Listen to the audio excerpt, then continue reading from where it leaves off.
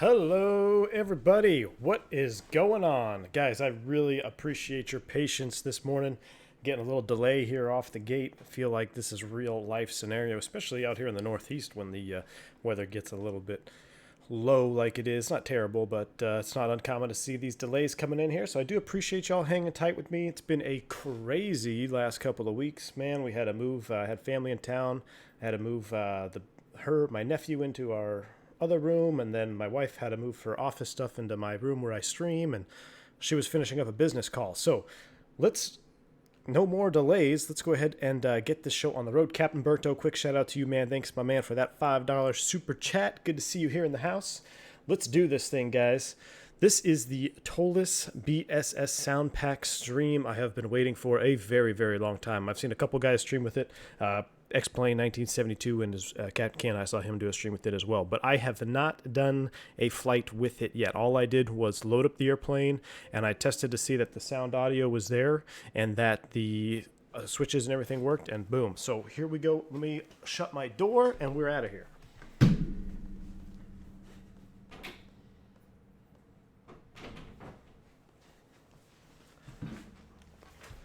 All right, let's hop into the cockpit here. I left it completely cold and dark because I want to hear the power up and all of that good stuff. So we're going to go ahead and get in the cockpit here. Let's go ahead and get this power set up to the airplane. We're going to go straight to the overhead. I'm going to go battery 1, battery 2. We can hear the power. Oh, man, I can hear it trip over there.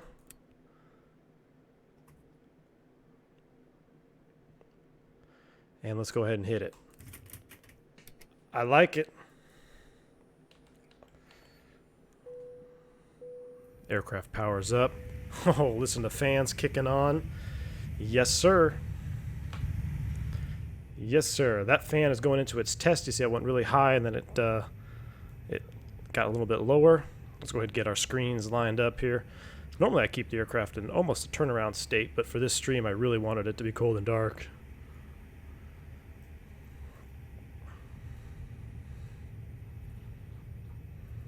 All right, let's get our McDoos all nice and bright here. Dougal McTavish in the house. How's it going, Dougal? Dougal, looks like you got your stripes back as well. Very good, sir. Looking good. Dimitri in the house. Wojtek. How's it going, guys?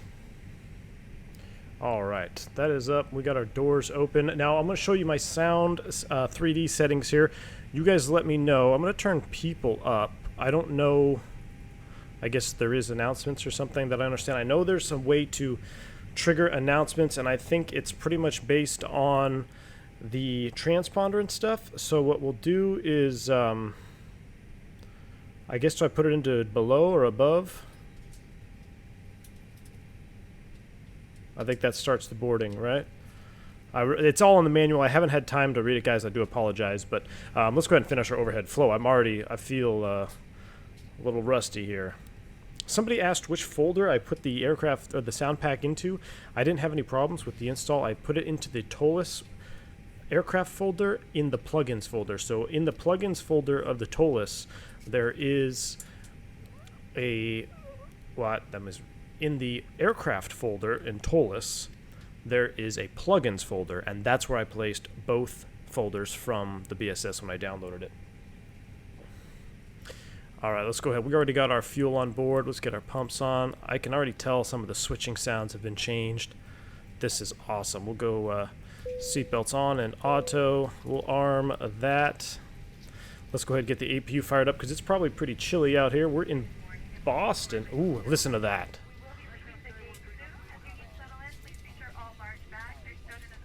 I like it. Tony Dock Station. He said should probably put this towards my PPL, but oh well. Tony Docks, thank you so much for your support, man. Really appreciate that.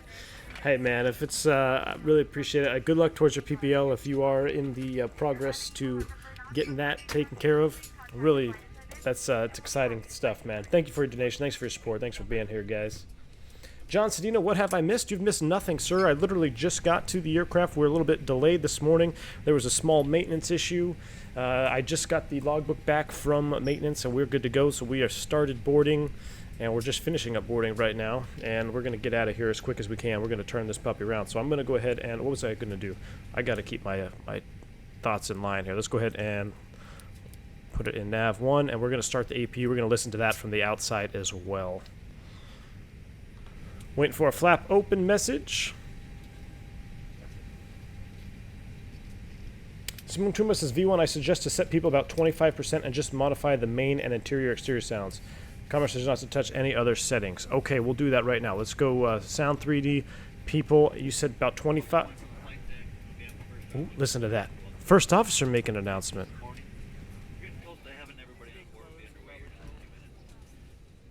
First officer's making an announcement. I like it. All right. Flap is open. Let's go ahead and hit the start button and out to our APU. Let's take a listen.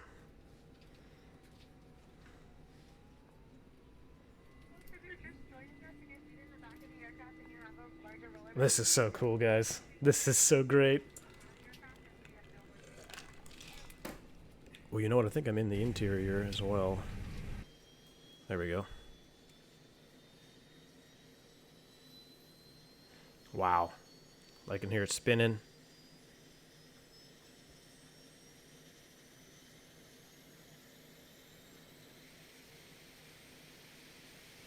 Yep. Guys, if it's too loud or not loud enough, let me know and I will adjust the volume. Wow, I can hear the APU spinning up. That sounds great. I think I just released the parking brake by accident. Nope, it's still on. All right, and let's go ahead and go to Apu Bleed. I did note on Xplane 1972 stream about the pack sound. So the packs are not running right now because the Apu Bleed is off. We'll go ahead and turn the Apu Bleed on.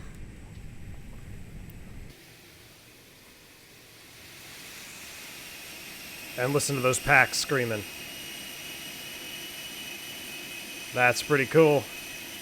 That is pretty cool. This is immersion level, next level immersion. This is totally next level. We'll go ahead and switch over the power transfer there. Listen to that. Boom. We're going to go norm on the pack flow, finish our flow over here. Let's go ahead, fire test overhead, fire test APU, and fire test overhead one more time. We're going to go on for this puppy, out and up on the PA. Oh, I can't move that one. That one is up. Everything else looks good. We are in the line. Nav is on. Signs are set. Overhead is set. Let's go ahead and load up the box here. I'm not using any ATC today, guys, because I really just wanted to chat with you guys, catch up with you guys. The last stream I did a no ATC, and I really enjoyed the communication. I was able to really focus on talking to you guys about systems and stuff, so I kind of like that. I'm gonna incorporate that. We're still gonna do ATC stuff. Somebody told me about the XPilot crash was when you keep 2 ATC plugins in. So I can disable Pilot Edge and run XPilot, and I can use VATSIM ATC. So that is working now. So we're all set, guys. We're gonna be going to we're not Spirit Wings today. What are we? We're Cactus. We're Alpha Whiskey Echo 119. So we can get that Euro tour here on the road pretty soon. 99, and we're gonna go at flight level 300. One thing I don't like is I think the button sounds are missing. You guys notice that too? So the when I click on the McDo, I don't have any button sound. Maybe I'm missing up a setting. I do know that Comrade suggested everything else turn off. Take a look at my audio visual. This is what I have. Master all the way up. Everything else is off except the oral alert volume. But I don't have any button press sounds. Let me know if that's normal. Alright, we're going to initialize this. We're going to take off of what is the good old Boston airport doing today?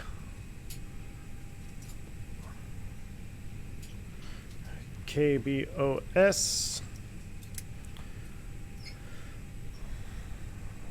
No ATC? Or no ATIS? Alright. Let's go back home.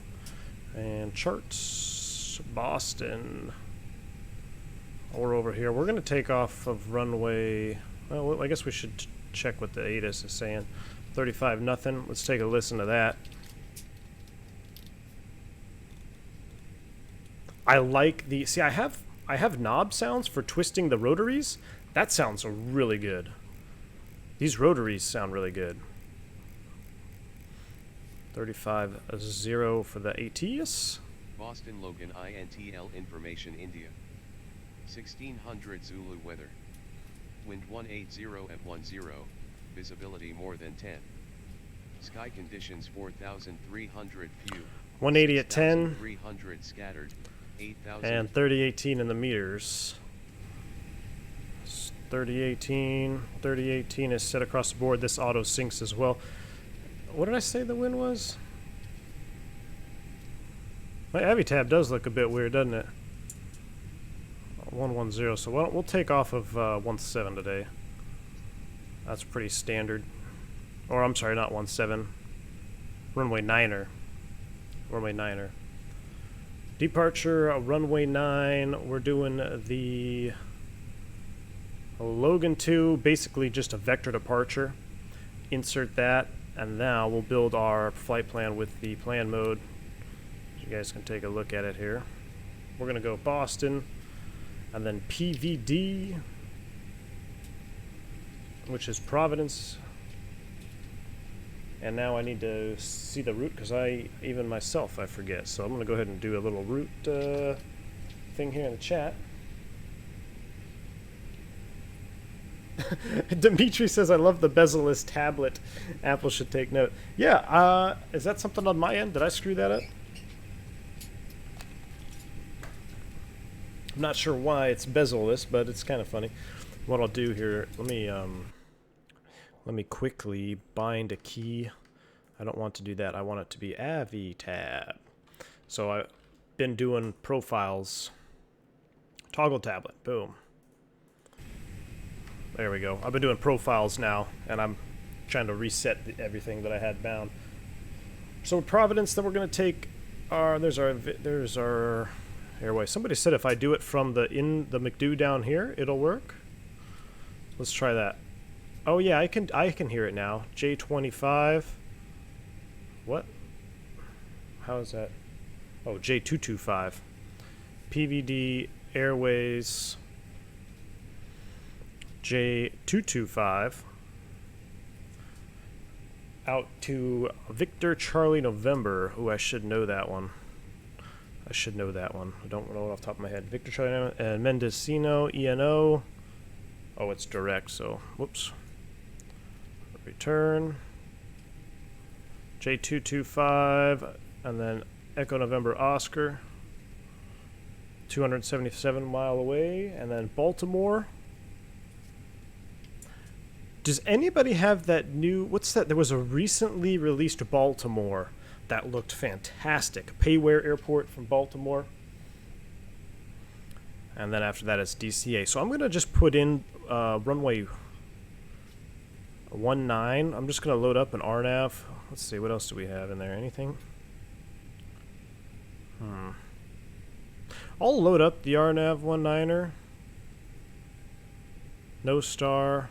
We'll insert that just to have something in there. And we may shoot the RNAV visual, or not the RNAV visual, the river visual. So we got that in there. We can't do our secondary. Nothing to hard tune coming out of here. Let's go ahead and just get a quick and dirty Boston to 09 here in the GPS. Perf data. Let's look at our Toliss screen now. What do we got? So, as far as ground services go, aircraft configuration, we're going to take a little bit more of the packs. That looks good. Pretty much centered. 6.9 on the fuel. We're going to do a 1+F toga takeoff out of here.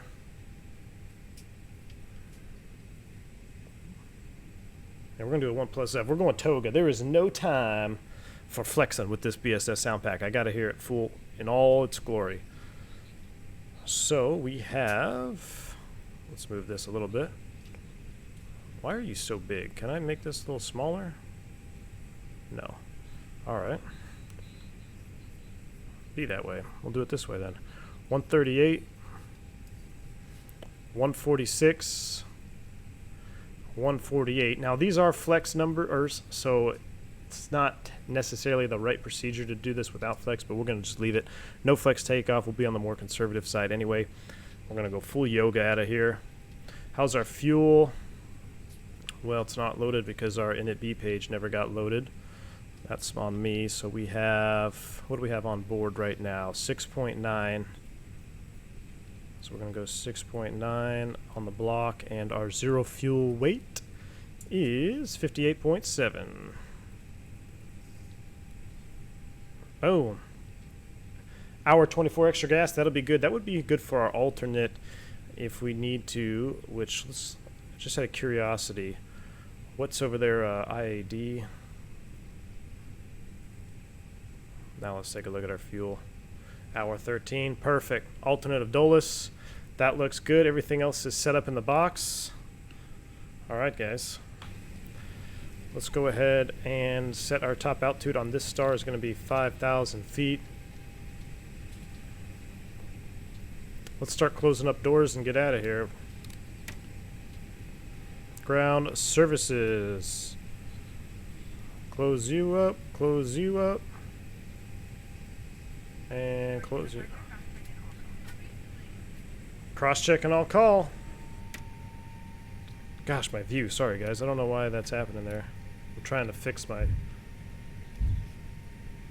There we go. Doors are closing up. Listen to those hydraulics. That high-pitched whine there, that's the electric pump outside. Maintenance is using that to close up the doors.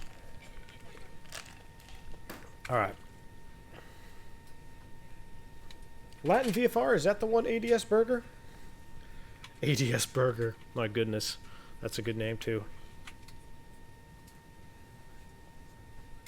IFR Sim says, V1 Sim, how's it going? The reason the button presses are super quiet is Comrade has mentioned in his pre-release stream the data ref was missing. Ah, it's all to them for now, but he's working on it. Perfect. Thanks for that information there. Yeah, guys, I've been away from Xplane community for a week plus now, so you guys let me know. I didn't catch his last release stream or anything like that, so all the little tidbits of information that you guys give me that's exactly what I need. Oop, announcements.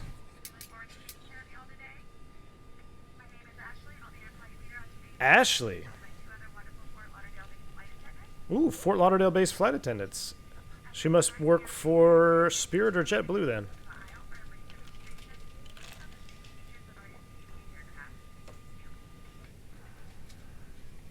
Beautiful. Thank you, Ashley. All right, let's plan a pushback. Get out of here. Man, I can tell you already, just the immersion of being in this cockpit right now is completely changed the way I feel about the Toliss. And I knew that would happen. What am I looking for? Better pushback. Here we go. I'm so excited. I can't even find anything. That's where we want to go. Spot 3. Ground to cockpit. Plan acknowledged. Call me through the menu when you are ready. All right, let's go ahead and look at our stuff here. We're going to go ahead and transponder on. Transponder.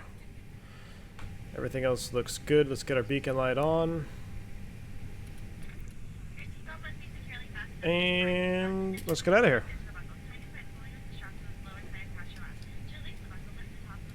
Ground to cockpit. Tow is driving up. Dougal McTavish, he says, V1, I got my stripes back, but lost mod. Oh, shoot. Dougal, I apologize, my friend. Can I make you a mod during the event here? Done. You should be a mod now, Dougal. Dougal says, love that yellow Spirit next to me. Yes, sir, I like that yellow. I also really like the new Air Canada that's white with black. I normally don't like white airplanes just because I think they're overrated. I mean, look at, there's a Delta airplane over here. It's white. That's so boring.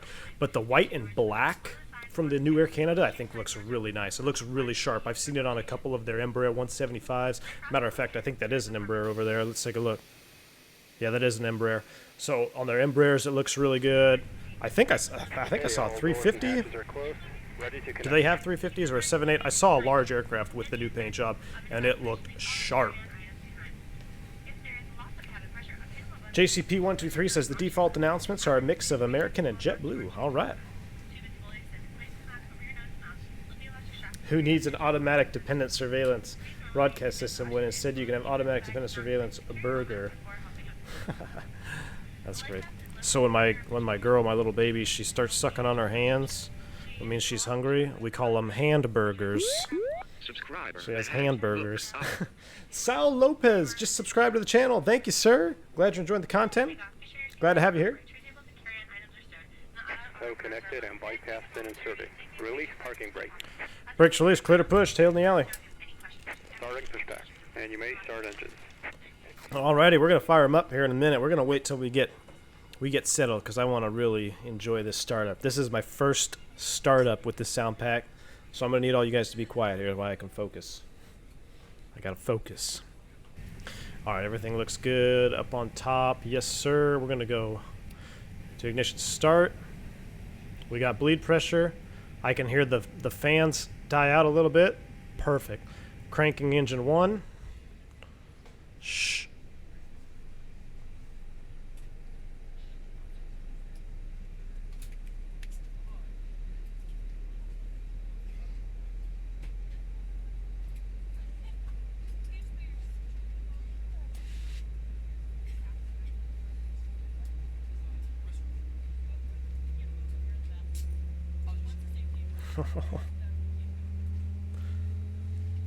That bass.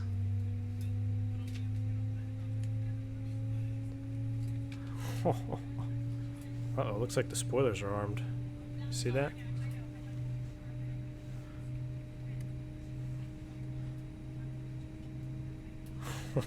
Oh, guys. Oh, my goodness. Oh, my goodness.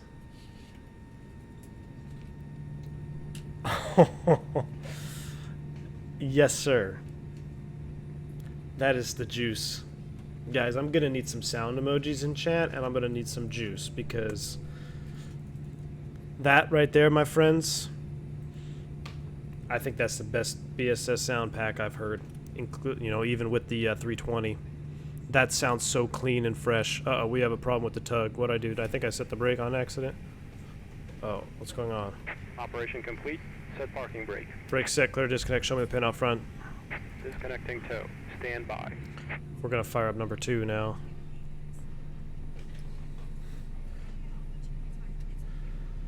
Whew.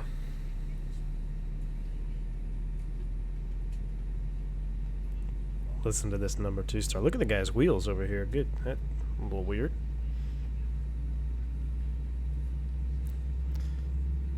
Oh my gosh. Disconnecting hand signals? Yes, sir.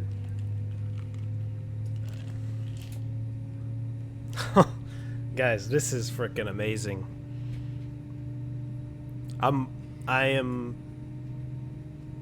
don't want to say I'm shocked because I know Comrade does a good job, but I am completely, I'm 100% impressed. I mean, I'm blown away. Tow is disconnected and bypass pin has been removed. Hand signal on the left. We'll see you next time and have a safe flight. All right, thanks for the smooth push. We'll see you next time, buddy. We're going to go ahead and extend flaps to 1 from the wings right here.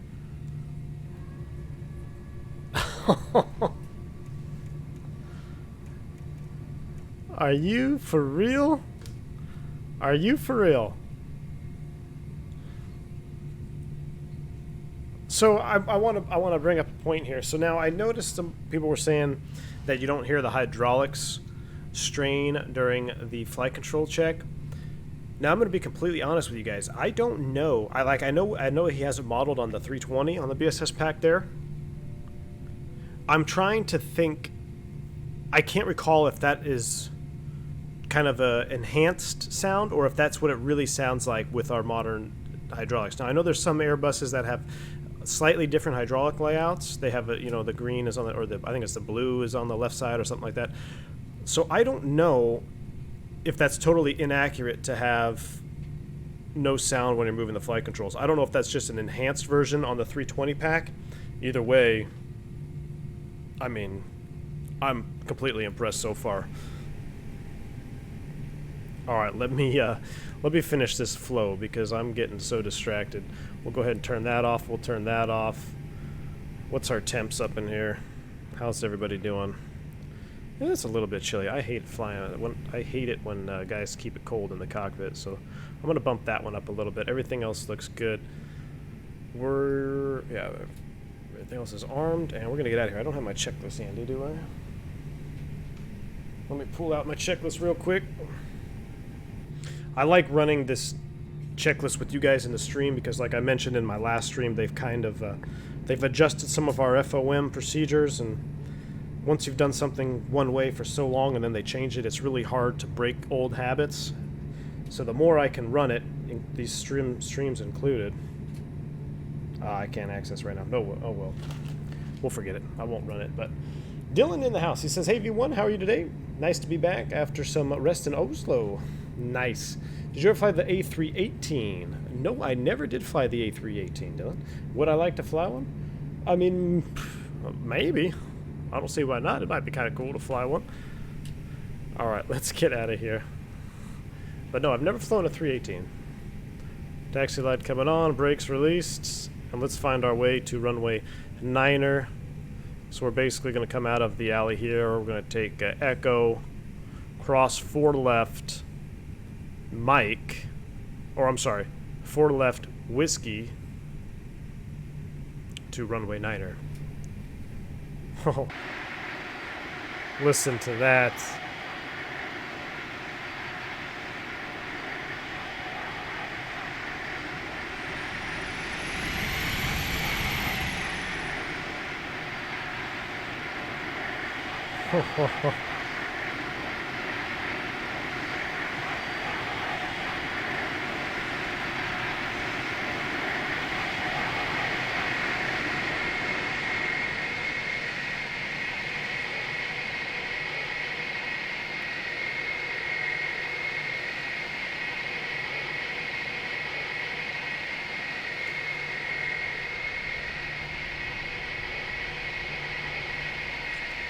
Goodness. Alright, I gotta see where I'm going. I gotta make the left here on Alpha. Actually, let's be realistic. Normally they come inbound on that lane. Or do they? Oh, shoot, I don't remember. I haven't been to Boston in a little while. How's it sound like from the wings over here?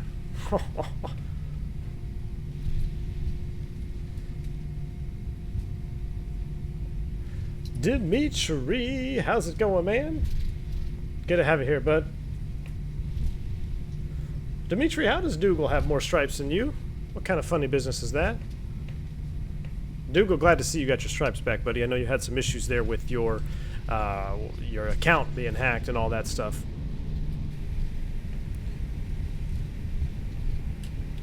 Would I fly the 220? You know, I'd fly anything that if the opportunity was there. I don't have any qualms against it. I do know the 220 has been having some issues, though. I know they've had some engine problems, which were kind of the same as what we had with some of our Neos. But I also know that they had some other issues with the 220 as well, about max altitude and stuff like that. My sister, I just had family in town. She flew in from LaGuardia to Dallas, and they had they took the 220, the A220, and they taxied out of LaGuardia, had to go back to the gate because they had low tire pressure. Thank you for the subscribe there, Malcolm Davis. Alright, we're going to go ahead and cross 4 left. Now, real life, we'll turn on our lights, but I think some of the announcements and sounds are triggered to the light switches, so I'm not even going to turn them on. But that would be real life procedure. We are clear right, clear left, clear to cross. Listen to that. I know he fixed the exterior sounds here. I'm just at idle. I'm going to have to adjust my rudder sensitivity for sure.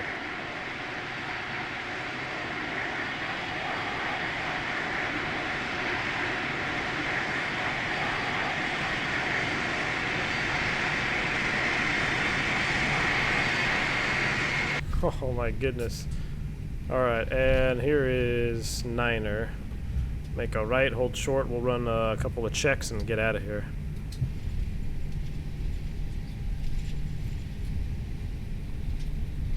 Here we go, we'll set the brake here short of 9.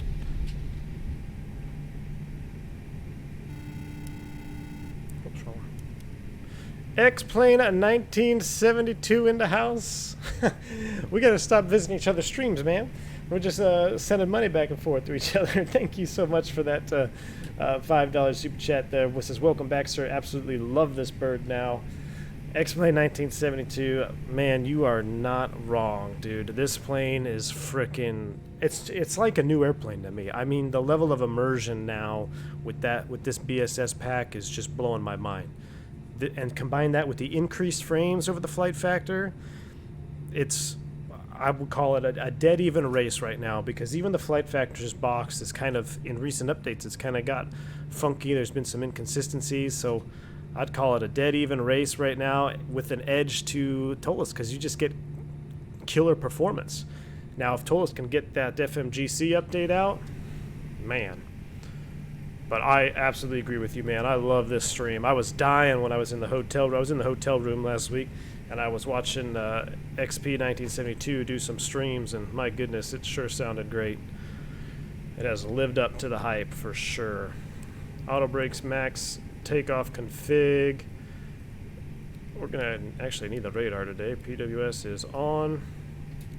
TARA, and I think this goes into above. And cabin ready. Let's get out of here, guys. I'm gonna go ahead and set the top altitude to 10,000.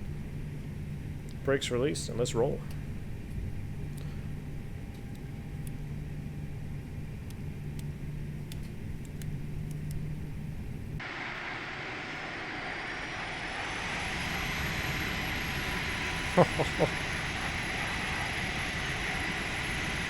We'll do another cinematic lineup.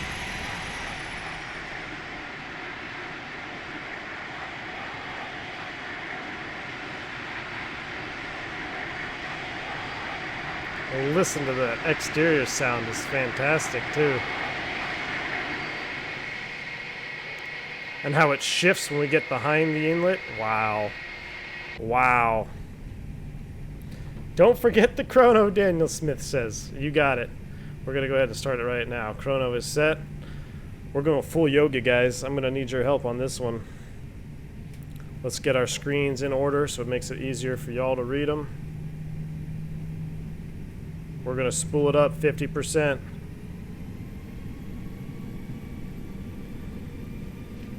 Yoga! Mantoga SRS auto thrust is blue. Oh my sound. There's a huge bump right here in real life. Let's see if it's in the sim. Not terrible. 80 knots jet, 100 neutral by 100. Wow, we are smoking. A V1. Rotate. Positive rate. Gear up. We're navving. Oh my gosh, guys.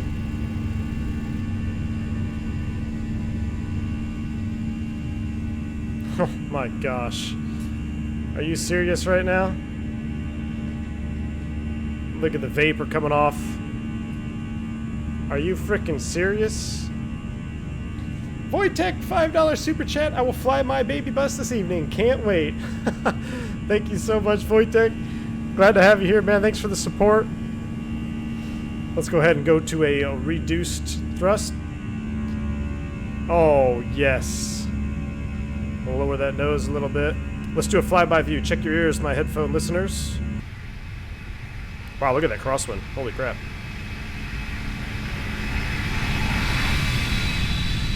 Man alive. That is freaking awesome. Alright, let's fly the airplane here a little bit. Cactus 119, turn right heading 1, whoops. Turn right heading 170. Autopilot 1.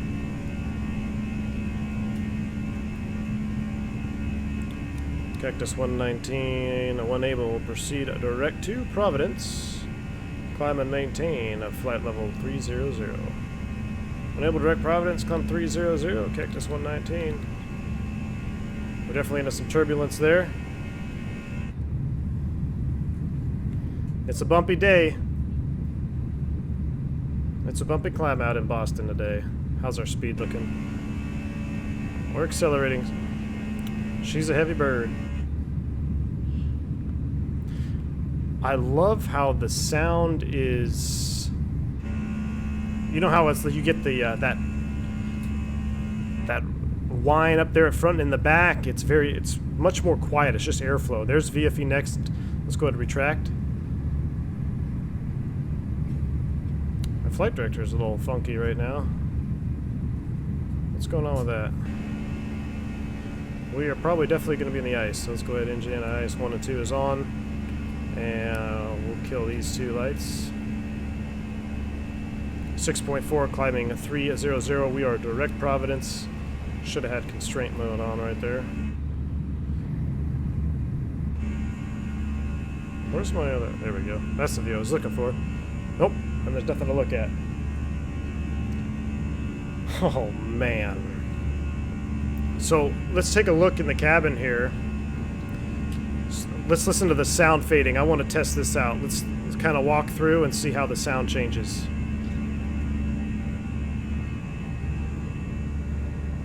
You see how when we get almost to the pylon here, that sawmill sound really kind of decreases? That's pretty accurate too. Over the wing, a little bit quiet over the wing. Should still hear some rumble, I think, but that's getting louder again. Oh, that's beautiful. This is a pretty accurate sound cone right here, especially, you know, it's very hard to tell the difference between IAEs and CFMs. I mean, I could put IAE engines on this bird right now and still feel completely immersed. I mean, where you're really going to see a lot of difference in the IAE engine over the CFM is the CFM here, in my opinion, it gets more airy right behind the wing. So this is a very good CFM sound here because it's really airy. Now, I think the IAE is a little bit louder, a little bit more rumble behind the wing than the CFM engines are.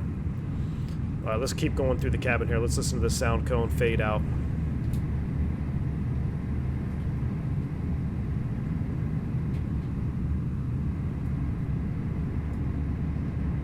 Wow.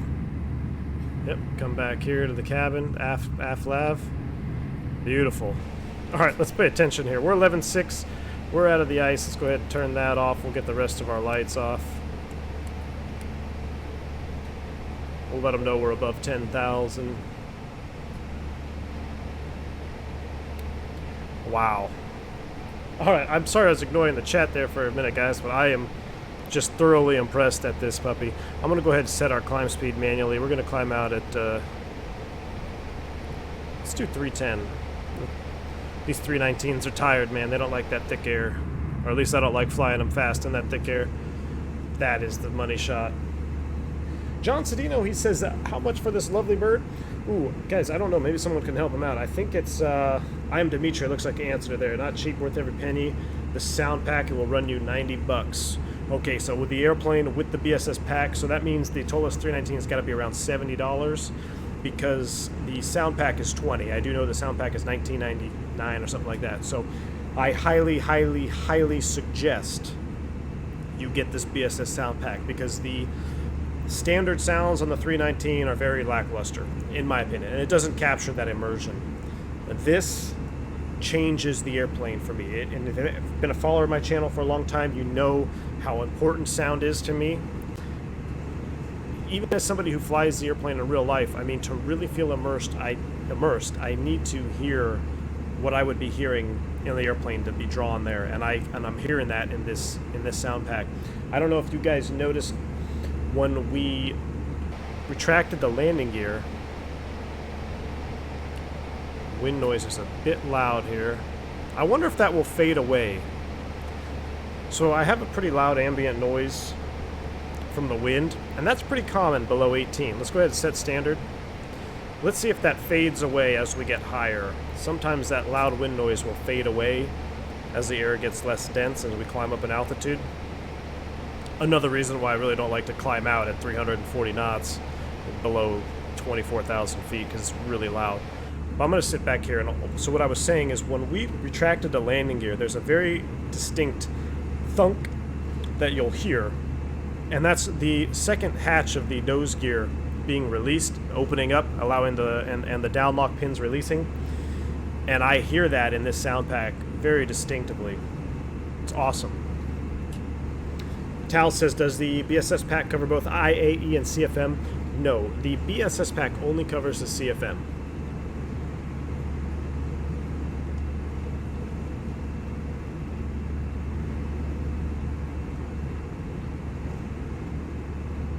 I mean, this is a great frickin'. I just love this sound. Jeremy Harvey, how's it going, man? Good to see you here. He says these are almost sounds to cry over. Almost brings tears, dude. I totally agree. Roger Moore says, hey V1, can you explain anti-ice? Are there some auto like the Pitot? Yes. So let's go ahead and Roger Moore. Let's go ahead and hop into there. Thanks for asking that question. So it's still pretty loud. Is it too loud in here for you guys? Let me know. If it's too loud, I will tweak the sounds. If not, I'm going to go ahead and talk a little bit about the anti-ice here. It's not too loud, I guess, when I come to the overhead. So in the Airbus, this is how we run it. Where I fly, I'm going to tell you how we run the anti-ice system. Now, it could be different if you're at a different airline. It could be different if you're, flying in a different country. But our procedures are this. So if we are in visible moisture, that either being clouds, rain, heavy fog, dense fog would count, any moisture that you can see, right? Snow, obviously. And the temperature is within the plus 10, minus 10 range. We are going to use our engine anti-ice 1 and 2. Now, Airbus actually recommends that if you know you're going to be entering a condition of ice, it doesn't hurt to turn them on early as kind of a little preemptive heating. Now, you mentioned the pitot tube. The probes, the pitot tubes, and the window heats are automatic. So the Airbus will automatically heat the windows and the probes after engines start on the ground. And it will go into high mode or normal mode in flight mode once wheel speed is, I think it's a wheel speed restriction. Basically, it'll happen when you're rolling down the runway, either 80 knots or 60 knots, something like that. Then it will switch up the level of heating. But on the ground, it will not turn on unless an engine is started. So if you come to an airplane, it's cold and dark, and you have frost all over your windows, you're going to go ahead and turn on the probe window heat while you're at the gate. Go ahead and get that melted off so you can see it. Now, once you start an engine, that's going to take over automatically. This push button is going to remain black. We don't want to see this on with the engines running. Now, off the ground, we know that this is going to be an auto, so our probes and our window heat's all going to be automatic. We're going to control our engine anti-ice, plus 10, minus 10 visible moisture. The wing anti-ice is kind of a little bit different one here. So the wing anti-ice on the Airbus is going to heat the outboard 3 slats only. So it doesn't heat, let me get a good wing view here. So it doesn't heat anything inboard, and it doesn't heat anything on top of the wing. It doesn't heat the elevator, horizontal stab, vertical stab, doesn't heat any of that. All it heats is your outboard 3 slats. Now, correct me if I'm wrong, is it 3 slats or 4 slats? I don't know, depending on what airplane I've flown. I don't know if that's an Embraer thing, it's 3 slats, but I'm pretty sure it's the outboard 3 slats only that are heated. Now, Airbus recommends that you only use wing anti-ice when you are significantly accreting ice. And we will significantly be accreting ice when we can see ice accumulation up here on our ice detector. Now, some aircraft, this is still a little bit loud in here, I apologize guys. Let me change weather? Nope. Oh, maybe? Yeah, I'll change the weather down to 45 just for now. Or actually, you know what? What was that at? It was at 80, right? Or 75? We'll do 70. I'm going to do master internal. I still don't like that. I like this at 100. I'm going to turn down the weather right now just so I can talk to you guys a little bit better. This is not really an ice detector. It's basically it's an old school ice detector. There's nothing electrical about it other than we can turn on a light to see it. So this switch right, oop, not that one. Where are you? Where's the quick spot? That one right there.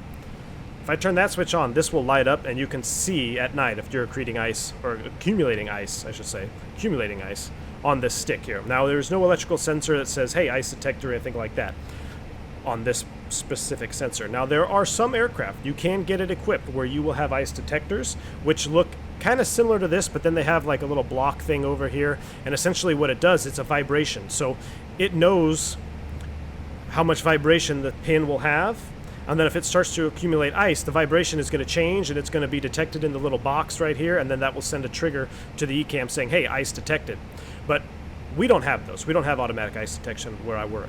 What we do is we just look out the window here and we see if this is accumulating ice, like you can see it building up on the front there, then we'll go ahead and turn on the wing anti-ice. The wing anti-ice is a significant performance hit for you guys, and especially on a second segment climb. So it's our company procedure that if you're using all the ice, you got your engine ice on and you got your wing anti-ice on, and you're flying an approach, it is our procedure at the final approach fix, we're going to turn the wing anti-ice off. For 2 reasons. One, the wing, the outboard 3 slats will remain heated long enough by the time you do the approach. Or B, Tony Doc's Station coming in, a new member to the channel. Welcome, Tony. Glad to have you here, my friend. I'm really happy that you're enjoying the content, want to become a member of the channel.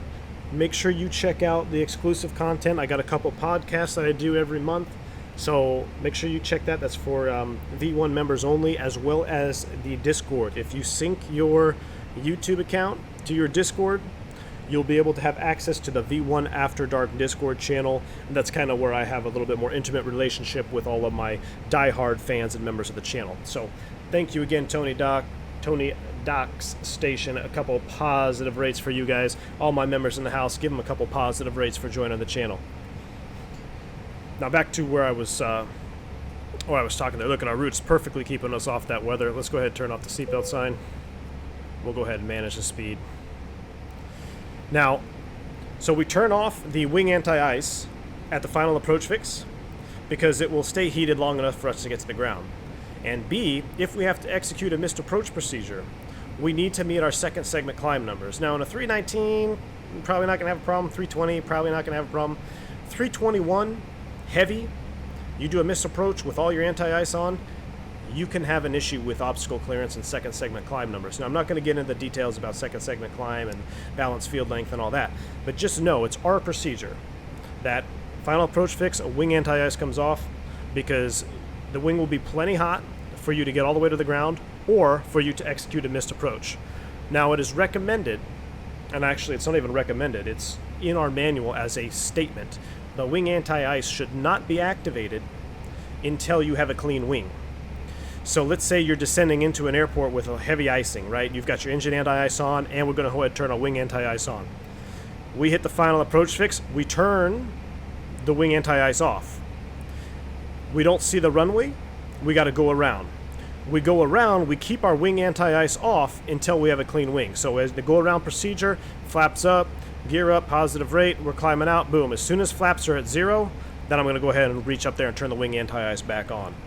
So that's a little bit about how the wing anti-ice works where I fly. Now, like I said before, guys, it's company specific most likely, and there are different aircraft that have different capabilities, you know, with different ice detector sensors, and some may even have auto ice activation, things like that. So, but the planes that I fly and how we do it, that's how we do it, the way I just described it to you. So, good question there. Glad we could get into a little bit of systems knowledge. That's what we're here for. Let's go ahead and pull up our chart here for DCA. I know we're still a way out, but I just want to get back to... what am I looking for? Oh, DCA. Perfect. We'll keep that up just on the standby. All right, here we go. My mods are working hard to get me some likes there. Appreciate it, guys. It's just IMDimitri says, I bet you money the one dislike is that Pilot Edge ATC guy. Oh, that's great. I appreciate it, guys. Thanks for liking these videos. I really appreciate it. You guys that are, you know, here in chat, like the videos, share the videos, all that stuff really helps me out, helps the channel out, helps us grow. That way we can share knowledge all across the Xplane community. So you guys are awesome. Thanks for doing that. Why am I blocked out here?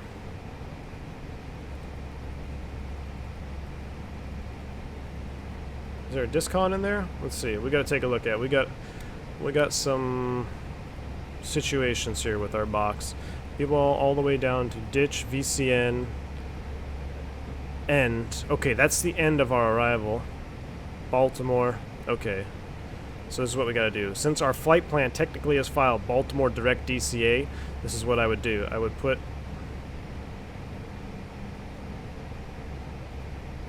Are you serious right now? How is KDCA not in the database?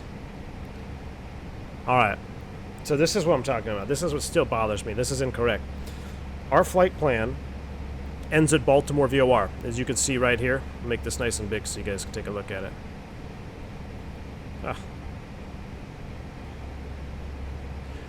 our flight plan ends at Baltimore. Hey, Stay Tuned 99. Thank you for subscribing to the channel, man. Really appreciate it. So, Baltimore is the end of our flight plan. In real life, what I would do now is I would put KDCA, which I don't know why I can't. KDCA. I'd put the airport right here. I'd put it below Baltimore. So we would have Baltimore and then a direct line to DCA. Now, I know I'm not going to go direct to DCA. Air traffic control is going to vector me. But I would do that to get updated UTC, fuel on board times, and things like that. And, of course, if you lost comms, then you're going to go ahead and do that. But I can't do that. It won't let me put DCA in there. So what I have to do is I have to clear out this disco. This disco is going to clear out the... It's going to basically connect Baltimore to the RNAV, which is not really realistic. I really don't want to do that. Well, let's just go ahead and do it anyway. So it's going to connect the flight plan. Insert that. And now you can see I have updated time, distance, and fuel on board. So it is what it is. I would have liked to leave that blank and just put DCA, and then I can do whatever I want with the arrival. Now, I've had a couple of crashes where I've readjusted the arrival. I put in a different arrival, and it's crashed my game, so I gotta be careful not to do that. Another member, John Cedino, joining the channel. Thank you, sir. Like I said before, if you missed it, make sure you check out the subscriber-only content, the couple podcasts I do in every month, and then also link up your Discord to the YouTube channel so you can get access to the V1 After Dark, as well as the community tab, guys. Make sure y'all are checking the community tab. I know I get a lot of comments on there. You guys are awesome. That's how I communicate with you guys when I'm off at work, whatever. I'll upload some photos or whatnot. That's all going to be done on the YouTube community tab on my channel page. So thank you again, John. Give him a couple positive rates there. Thank you, Dimitri. A couple positive rates for our new members. All right, back to the books here. Dougal Matavish, or back to the comments here. Dougal Matavish, she says, this is why it's great flying offline. We get to learn more. Dougal, I totally agree, man. I mentioned that earlier when I first started. I do like, I love doing the ATC thing with you guys because I think it's good for you to hear how communications are done and whatnot. But it's also good to step away from that and explain things to you when I'm just flying offline. I enjoy that a lot. I get more enjoyment out of that because I know how to talk on the radio, right? I've been flying for a long time, so I know how to talk on the radio. But I still think it's good for you guys to hear radio communications.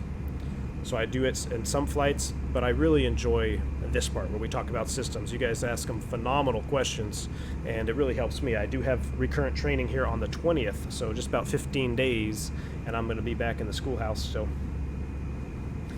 Dimitri is asking a flyby. I got tons of tissues today. All right, guys, we're going to do some flybys. Watch your ears. External shots are coming now.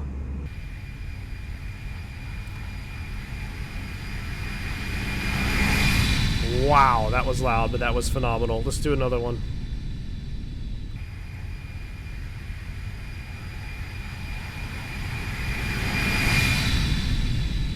That is freaking nice. Let's see.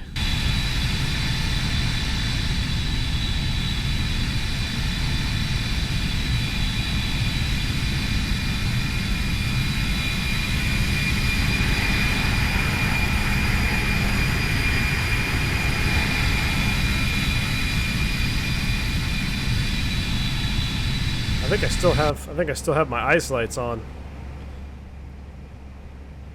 No, everything's off. Oh, wing lights. Yeah, I do have them on. Whoops. Everything else looks good. I'm gonna go ahead and change that internal again, or the external. Wait, we should be starting down, I think. Are we at Baltimore already? No. Yeah, we are. Oh no, ball. That scared me. I was like, there's no way. Yeah, we haven't even passed Kennedy yet. Matter of fact, let's go ahead and let's slow us down a little bit. I know this is the shorter flight, so let's do a cost index of 25.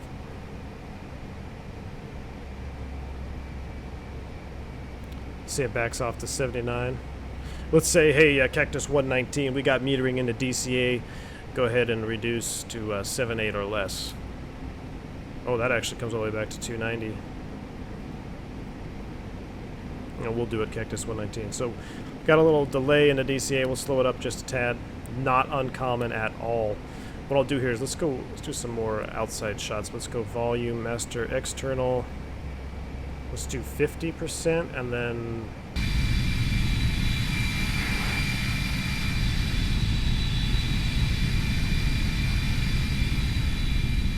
we'll zoom out a little bit so it's not super loud.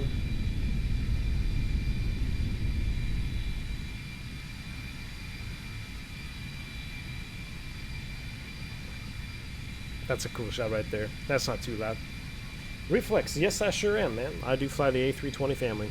All three of them, 19, 20, 21. Victor RD, what is the best between Toliss and the Flight Factor? Oh man, well, Victor, let me tell you this, man. I'm doing a full comparison video. That's going to be next on the plate. We're going to do an updated comparison, head-to-head, Flight Factor versus Toliss. But this is how I felt since it developed, right? So it started out, we had the Flight Factor.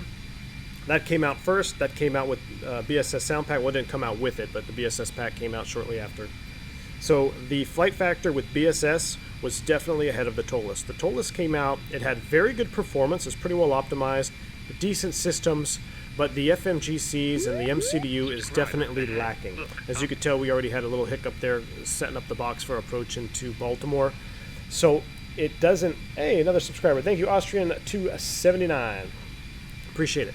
So the MCDU in the Toliss is definitely lacking. And now, when Flight Factor first came out, the MCDU was pretty spot on. I didn't really have any issues with it. Now, as time has progressed and things have been updated and changed, I don't know if they are tweaking it or if little things are getting broken in the Flight Factor MCDU. The Flight Factor MCDU definitely has some bugs that I don't recall having, such as, you know, when you load up a star or an arrival route, you have to like dig back to flight plan key and then come back to the approach vias to get transitions. It's very weird and it's not realistic. It's not how the real software works. So I think those are bugs that are slowly getting broken in the Flight Factor MCDU. Now Toliss has always been the same. It came out lacking and it's kind of remained lacking this entire time. Toliss then released the BSS Sound PACK. Or not Toliss, I'm sorry, Comrade of BSS, Blue Sky Star Simulation Studios, something like that, BSS. They just released this sound pack for the 319. This sound pack, in my opinion, so far is just as good, if not better, than the Flight Factor 320 sound pack. So now we're looking at two airplanes that sound freaking awesome. Both external modeling, I think, the external modeling and the Toliss and the Flight Factor are both, they're one-to-one. It's equally good across the board. We have a lacking FMGC MCDU in the Toliss, and we have a buggy MCDU in the Flight Factor. That's our problem right now. However, Toliss is in the works of making, I think it's version 1.4. They're releasing a major overhaul to the MCDU software. I am hoping that it is as good as they say it will be. They say it's going to be their largest update yet. So when that drops, the way that Toliss has supported their product and increased its productivity, I think it will be better than the Flight Factor in the long run. Flight Factor stated last month that they're very near to version 1.0, which basically means, hey, we're going to just say what we have is finished and we'll slightly update it slowly, which is something that I hate. There's a lot of things missing. They promised us to fix info page 2 years ago, or I'm sorry, the year it came out. They said by August of this year it'll be ready. It's now over a year later. We still don't have the fixed info page. We're still missing some fuel predict functions. We're missing custom holds. So there's problems across the board for all of the airplanes, for Toliss and Flight Factor. But as far as flying goes, they're both phenomenal. Now Toliss does have this fault injection system here. Let me pull it up. This is pretty awesome. You guys that have been following my streams for a while know that we've had some failures during the stream, and it really keeps you on your toes. I have mine set kind of high. I have it set to 100, so enable random faults is on and it's set to 100. Basically, look at it as 1 flight hour in the sim is equivalent to, I guess, what, 10 flight hours of real life. So you're really accelerating the flight time per hour that you actually fly it to increase your chance of faults. And now as someone that has access to a comm and I fly the airplane regularly and I want to use it to keep my skills sharp, this is perfect. You can also just turn it off. If you don't want that and you just want to fly a good airplane, no problems, you just turn this fault injection system off. Flight Factor does have failures coming. I believe it's in the beta phase. I don't run betas on my system just because I think it's a lot of problems, so I have not had any experience with the Flight Factor failures yet. But if they're not random, if they're just kind of like the program failures that you see, like, hey, at a certain amount of time, this will fail, I don't really like that. In my opinion, the best way to do it is how FlyJSim does it, where you just have random faults on and you have to do maintenance. You got to check things. You got to check bulbs. That's the best. The second best is what Toliss has done, where they've enabled random faults with a fault time injection system, mean time between faults. That's what this means here, MTBF. I think this is the next best thing to how FlyJSim does their completely random accumulation of faults and maintenance stuff like that. So, IMDimitri also says, plus the Toliss is a Vulcan ready. Yes, so if you're having issues performance-wise, it's going to be further increased as Vulcan gets released and the Toliss is ready to go. So, Toliss support is about 574 times better than Flight Factor support. When I made my very first review video of the Toliss versus Flight Factor actually got me banned from the forums temporarily. They said, this is, you don't know what you're talking about, you're not a real pilot, blah, blah, blah, blah, blah. Not to mention, they fixed like three or four things that I had pointed out, but they silenced me, they banned me from the forum. Toliss did the complete opposite thing. They actually said, hey, sent me a private message, and they're like, we've observed your video, we saw what you're talking about, this is how I understand it, is this how it is? And, we talked, we had some messages exchanged, and they got stuff tweaked. And to me, I honestly think that, that is a world of difference, especially to some people like me. I'm all about customer support. If you don't stand behind your product, then what, I don't stand behind you as a purchaser. But Toliss has got fantastic customer support. If you have issues, they'll get it fixed. And like Dougal said, he said it's brilliantly optimized. It totally is. My frames with the Toliss are through the roof. Flight Factor, just brings my system in half. And I have a pretty high-powered system, minus my GPU. All right, let's take a look, see where we are here. I feel like we should probably...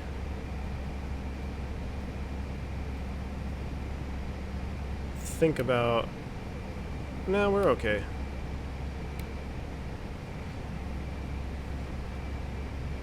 So I don't even have a fixed info page here, which I hate. Let's go down to Baltimore.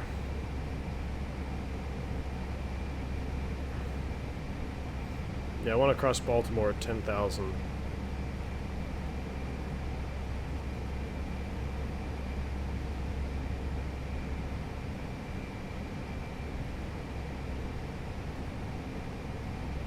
So that's good. Top of descent is, how we looking?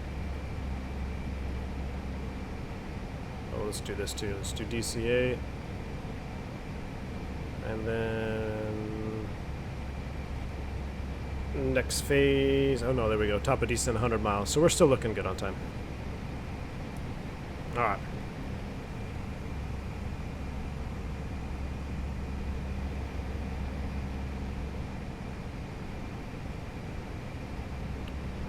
Where do I want to be? Let's go to the jump seat. Let's have a seat on the jump.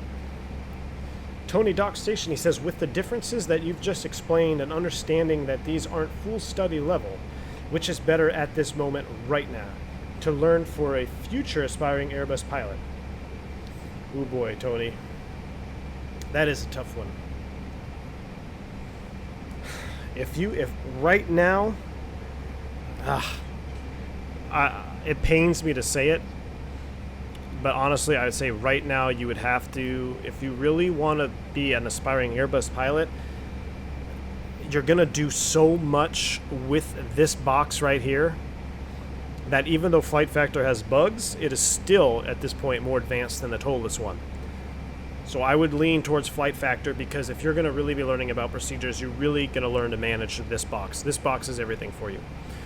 Now, systems-wise, they're relatively close to each other. I did a video a long time ago about single engine taxi and how hydraulic fluid moves between the PTU and the green system and the yellow system. And that was all modeled here on the Toliss. So it definitely, systems-wise, they're both pretty darn good. There's a couple things with bleed pressure that are lacking, but you know, I say it all hesitantly, because if I say, yeah, just go get the flight factor right now, what if Toliss releases the version 1.4 in the next month or two and that blows flight factor out of the park?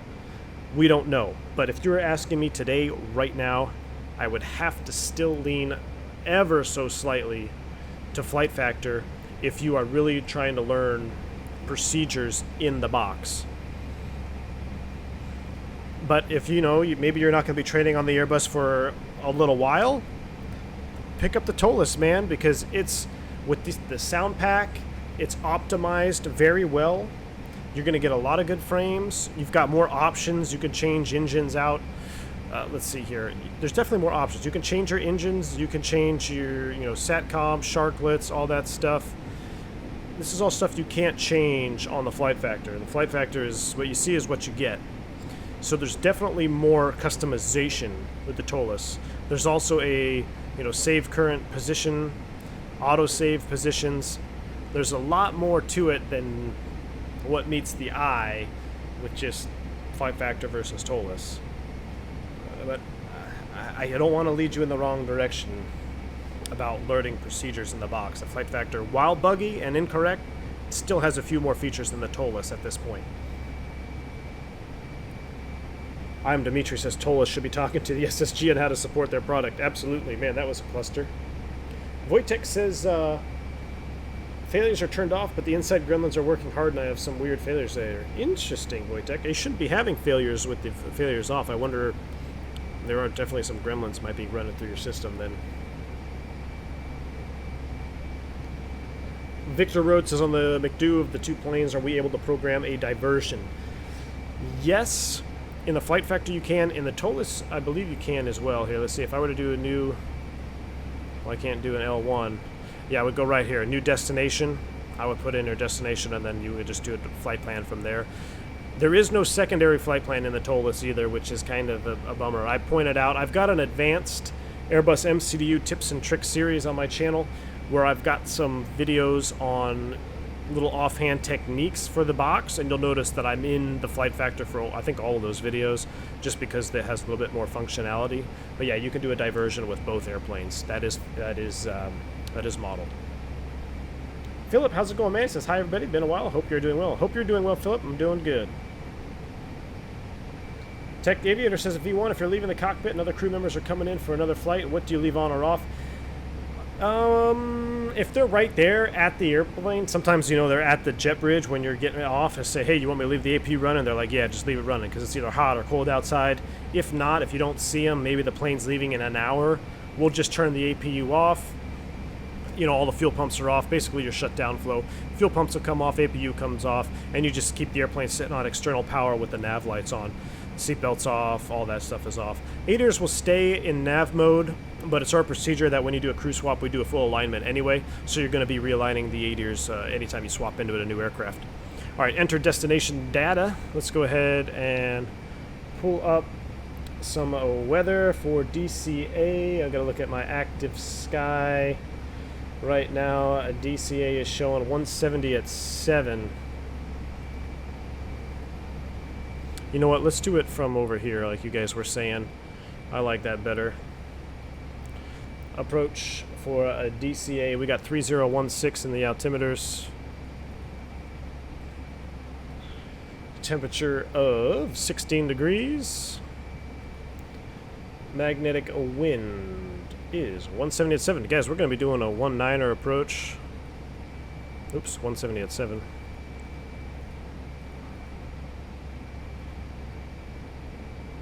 And MDA. There really is no MDA. I think I have the river visual in here. I do. There is no MDA, but I'll put 200 in there just for reference. Doesn't apply to a visual. That's all good. How's our fuel? We got an hour extra, 5 extra minutes. Everything else looks good. It's DCA. We're in a 319. We'll do auto brakes or lows. Screw it. We're heavy. We'll do it's cool out. We'll do auto brakes medium, full reverse.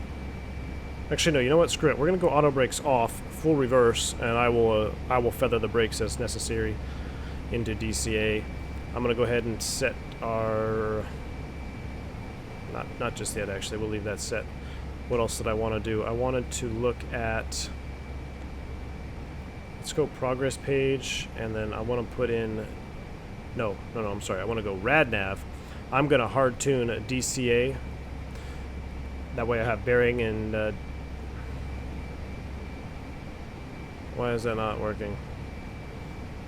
Alright, I had this problem before. 110.0. Maybe I need to do that. 110.0. Not in database. 110.00. Not in database. Oh boy. Thank you for the subscribe there, Kerry King. Really appreciate it. Glad you're enjoying the content. Jeremy Harvey says, imagine what would happen if ZIBO Group did their own narrow-body Airbus. Oh my gosh, I have no idea, man. My mind would be exploded. I'd retire from the airlines just to fly a ZIBO Airbus. Dave R says, VO, and I was trying to share a systems online resource for the 320 I found for everyone, but can't paste it. It's a 320-page document. Just add the .com after, see if that works. All right. We'll check it out, man. Tony Doxy says, when payday comes, we'll have a look into getting the Toliss then. I think, and of course, the BSS audio juice for the ears. Yes, sir. Definitely juice for the ears. All right, guys, help me out here. I remember I had this problem before. I want to enter Washington, DCA into... Oh, wait. I have the wrong frequency. Maybe that's the whole problem. 111.00. Not in database. 111.0. How did I get this to work in here? DCA. I should be able to just put DCA and it would change it out. DCA 110. Nope, 111.0. Come on. If I can't hard tune, then I'm not going to be able to. I'm not going to be able to do the frickin'. This is what I'm talking about. Toliss versus Flight Factor. Flight Factor, I can hard tune this. IMDimitri says DCA / 110.0. 111.0. Oops. Let's try that. Not in database. I know we had this issue before.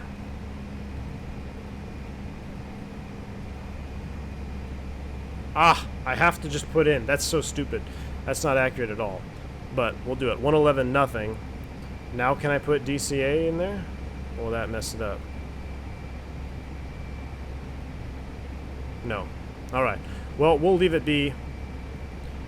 If I don't get any bearing distance to it here anytime soon, we're going to just have to do the RNAV because I won't be able to do the visual river visual without any references. Thanks, guys. Thank you, Simone. I got that. Cedric Yowie says, just asking, what do the switches on the switching panel do near the McDo? So, the switching panel switches, I talked about... Oh, I didn't talk about these in the podcast. I talked about flight control computers. What this does, it basically switches what source you want. So, I could switch sources for attitude and heading, or let's say the captain's pitot tube is got issues. I could switch to the Captain 3, or I could switch to the FO side. Basically, what it allows me to do is it allows me to switch which set of sensors I want displaying on my side. So, or the FO side. You know, you could do FO3. But basically, let's see if I can do it. ND transfer right here. So, let's say that this lower ECAM failed, right? And I want the lower ECAM on my FO's ND. I can put the lower ECAM page right here so we could monitor cruise settings and stuff if this screen had failed. Now, a long time ago, I had a stream where I actually had to use one of these because I had a failure in the cockpit with the Toliss. So that's just some of the neat things that'll happen. You know, you'll have these little failures and you're going to use switches like this. But the switching panel, all it does is it tells... they're like controllers. It basically says which page do you want displayed from which sensor. And it's all in redundancy and all in backup. And a switching panel is very common. Even, gosh, even the Citations had them. Anything with, you know, multiple sensors and glass cockpit, you're going to have a switching panel. Of some sort, anyway. There's some beautiful ortho down there.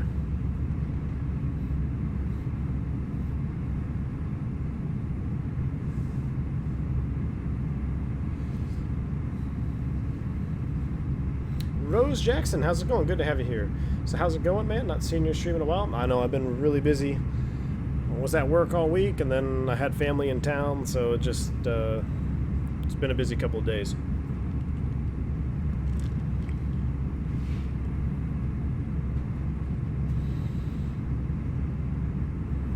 Dougal says I keep refreshing, but it's still delayed. Is it? I know the delay issue is definitely a YouTube thing.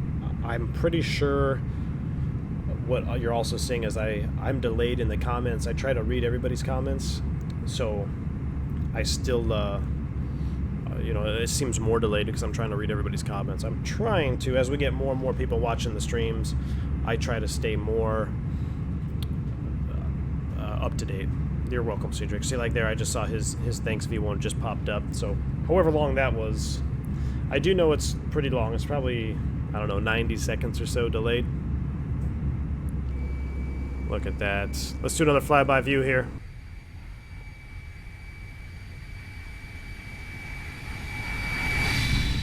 Wow.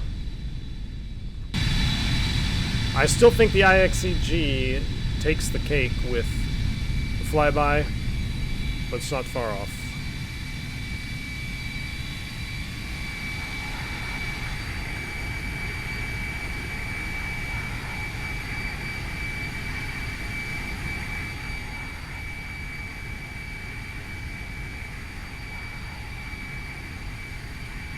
I mean, that's kind of a cool shot right there. Let's see. Yes, sir. Man, I miss this old livery, too.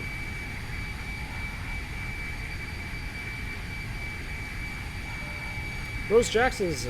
Oh, Dave R. just became a member. Dave R., thank you so much for joining the channel, man. Glad you're enjoying the content. Get a couple positive rates for Dave here. Dave, if you missed it, I'll say it one more time. I know if you guys have been watching the whole stream, it may be sound like a broken record, but for the members, I want to make sure they do get it. There is some members-only content, Dave.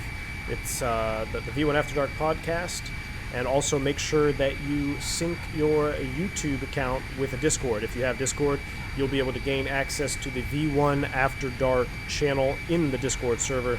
That's kind of where I have a more intimate relationship with all my members. And make sure you're also checking the community tab on the YouTube, on the main YouTube page. You just click community. I put posts up there. I put posts up there for private pilot members. I put posts up there for the commercial members. And then I also put generic public posts. But that's my way of communicating to you guys. When I'm out on the road, you know, I'll post some photos or whatnot. So, man, I don't know if you guys saw it, but I did post a picture of a 320 Neo in a Lufthansa paint. Was not my photo. I took it from a Facebook group that I'm in, but it is one of the best 320 Neo shots that I've seen. The lighting is phenomenal. I posted that on the community tab. If you haven't already, I encourage you to check that out because I set it as my desktop background. It was so good. All right, we are getting close, so I'm going to go ahead and start down. I still have no DCA distance. That's not good. Let's do a managed descent down to 10,000 feet. We're in speed descent mode. I'm going to go ahead and move this to below. And we're going to start our arrival preparations here. It's probably going to get a little bumpy as we get down there. We'll go ahead and get the seatbelt sign on early. Have them start cleaning up the cabin early. Gosh, listen to the sounds, though. I mean, just the ambient noise here right behind the wing. That whoosh sound, that is pretty darn accurate, especially with the CFM engines. I'm pretty sure the CFM is quieter in the back on the trailing edge of the wing than the IAE engine. Might just be me, you know, I'm thinking it, but I'm pretty sure it is.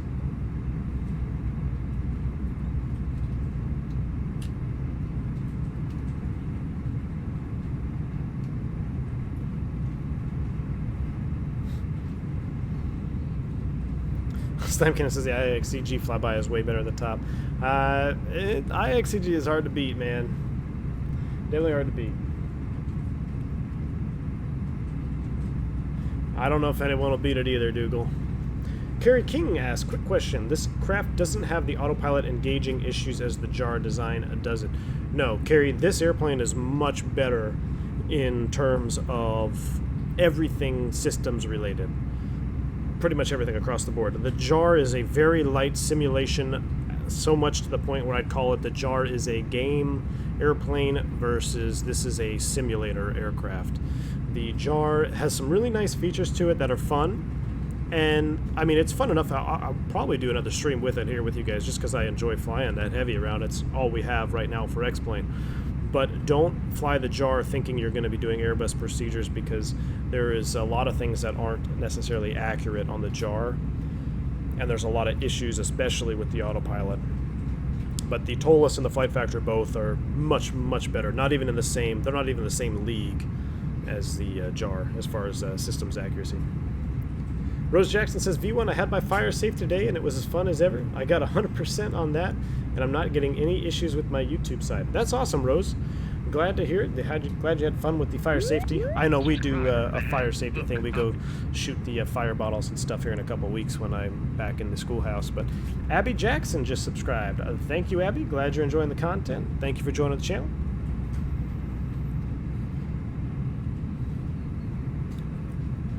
I actually took a picture, Rose, of two Qantas 380s that were in DFW parked. I think one of them broke down because normally I only see one 380 here at a time, but they had two of them, one parked out on the pad, and then there was one pushing back for start, and it was right behind the other one, and it was pretty cool. I was on the Skylink train, just touring around the outside of the airport there, and it was really cool seeing those two 380s.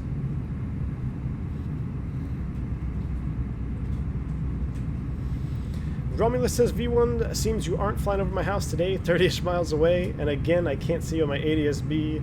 Do you have your transponder on? Romulus, I sure do have my transponder on, man. I guess I'm 30 miles off your house, huh? That's a shame. We'll have to do a low-level flyover in Microsoft Flight Simulator 2020. How's that? I'll make it up to you. In Flight Sim 2020, we'll go right over your house. Low-level, max power. Cedric asks, is the holding function not working in the Flight Factor? Cedric, I don't know. Maybe one of you can answer that question for me. I haven't tried holding in the Flight Factor in so long because I know when you attempted to enter holds, your game crashed. You had a CTD. So I don't know if that is still the case or not. I'm pretty sure the CTD is fixed. I don't know how accurate holding is or not.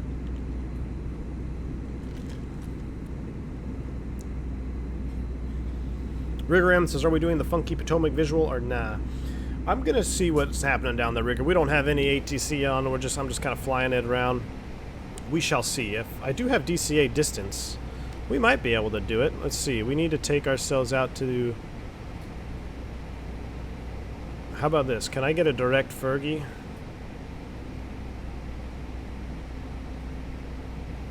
If this crashes my game, I'll be really upset. 82 miles. Boom. That's what we're going to do. We're going to go direct Fergie. And then we're going to go Fergie. Next waypoint is going to be... Okay, DCA 19. Alright, hold on. Return. So what I want to do now is see if this works. We're going to try to trick the box. We're going to go Fergie. The next waypoint will let me do this.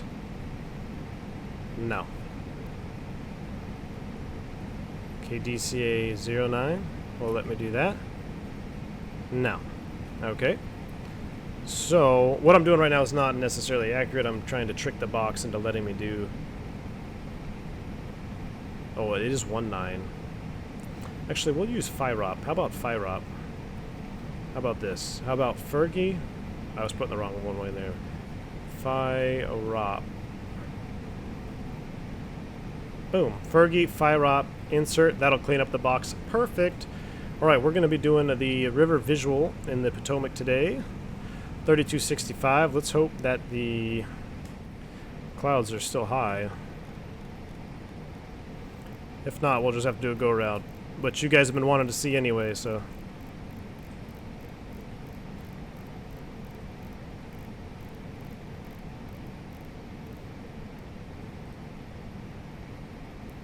Still no ATIS, but I'll leave that up for now.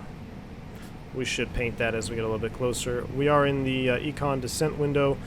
They suggest crossing Fergie at 3,000, so let's go ahead and put that in here. I think we're getting a little bit... I think we're okay. Maybe not. Let's see, 3,000.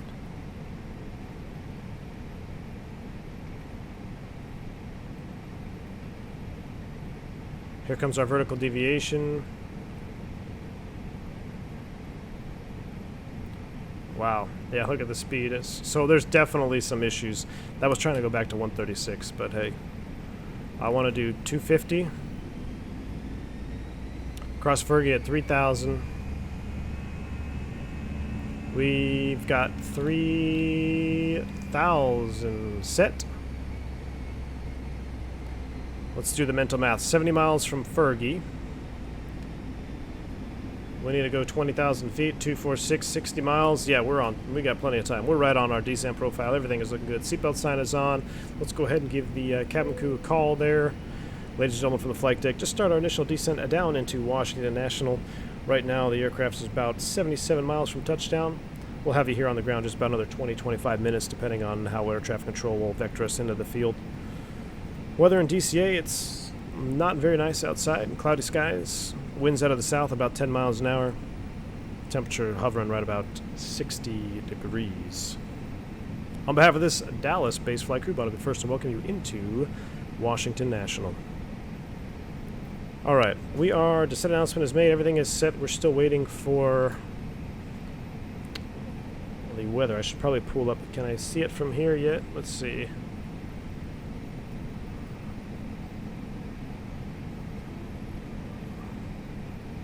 Can't quite see DCA on the map yet.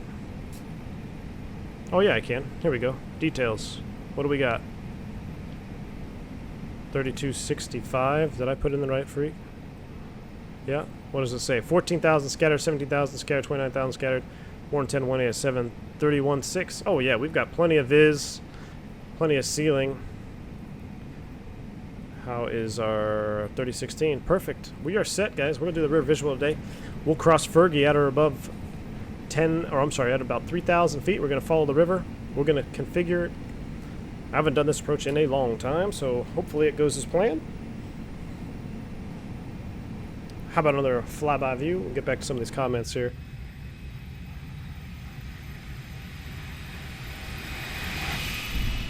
Man, still liking it. Still like it. It's not IXEG, but I still like it.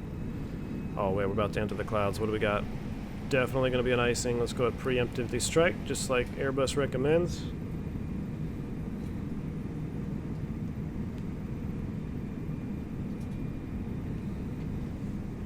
Slamkin says, I fly tomorrow in real life on a 739 for the first time. Man, I'm sorry for you. Can't wait to compare the cabin sounds to ZIBO. Well, Slam, I'm pretty sure there's not going to be much to compare because you're going to pretty much think you're in the ZIBO. It's that good, man. That 7.3, the ZIBO sound is unreal. Very good. But definitely let us know what you think. Rose Jackson says, yeah, bet that was a rare sight. It definitely was. Definitely rare. Nick M says, finally a cactus plane flown by V1. Been waiting for this. Man, Nick, I love the cactus livery. So I haven't flown one in a while. You are correct, though. I haven't flown one in a while, but I definitely love this old cactus US Airways livery.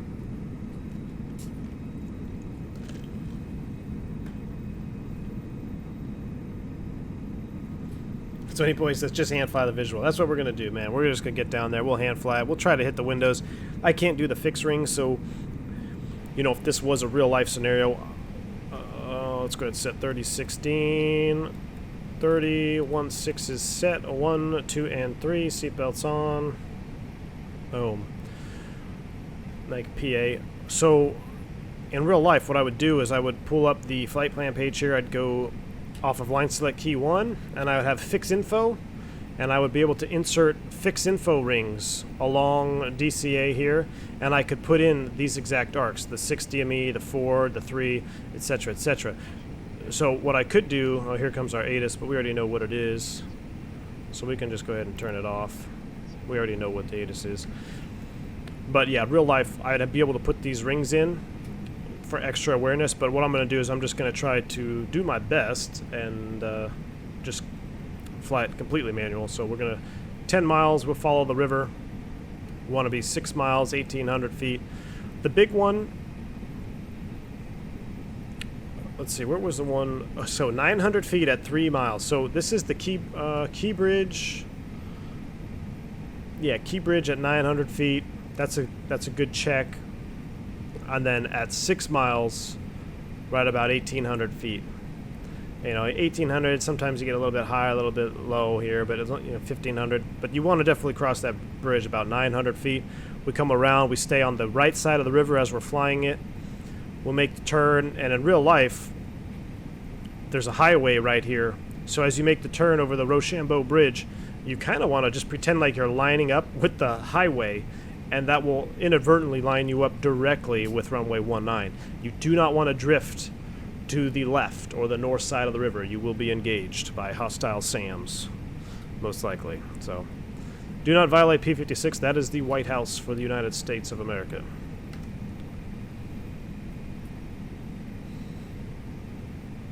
Rose Jackson says at V1, when I am flying in my sim, I always have the anti-ice on regardless if weather is good. Are you allowed this for real? So the pitot tubes will be on all the time, and the window heat will be on at all times. But no, we don't keep the engine anti-ice on or the wing anti-ice on at all times. It's something we don't do. Now, when you fly smaller GA aircraft, sometimes, you know, they say keep the pitot heats on as well during the flight. Just depends on where you work. But as far as airliners, no need to be keeping the engines hot. You're sacrificing performance when you're using the bleed air from the compressor stage of the engine. So when we don't need them, like we don't need them now, we'll go ahead and turn them off. Because it takes away performance from the airplane. Uh-oh. I have a scenery I&I issue because I do not see any ortho down there, and I should have ortho down there. I apologize for that ugliness. But look at the engine. Isn't the engine pretty? Pretty engine.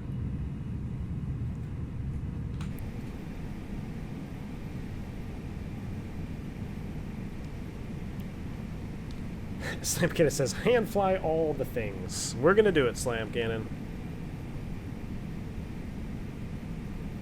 Yeah, Sony boy, we definitely want to make sure they don't scramble.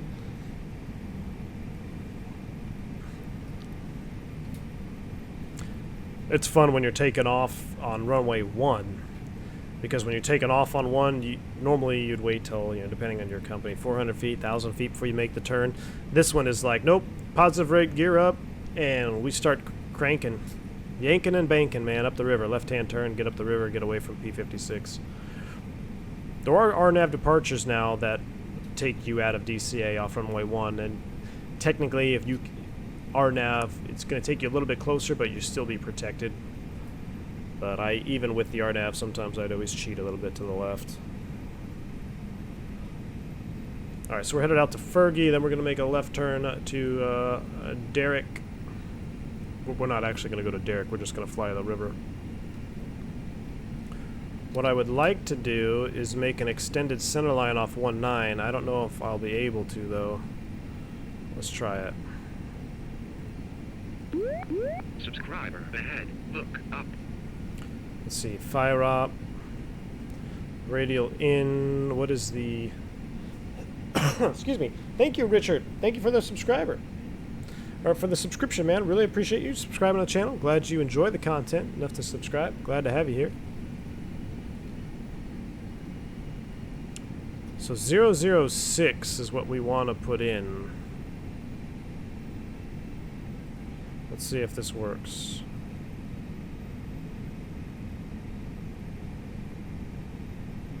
Yeah, that looks right. Insert, and oh man, manually select heading. That's dumb. how it did that. So, you see how it cleared out my waypoint there?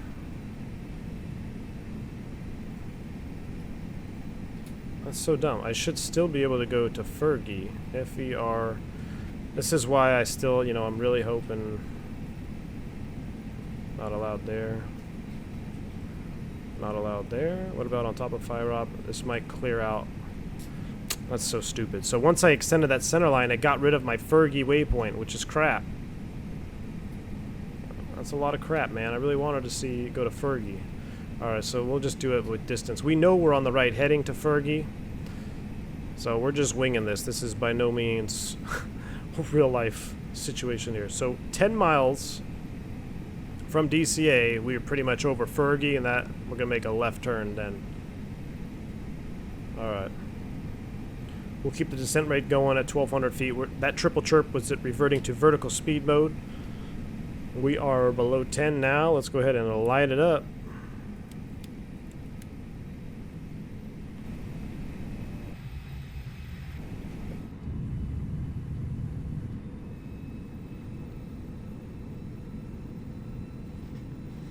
IMDimitri says, V1, can you do pilot waypoints in the Toliss MCDU? Oh, announcements.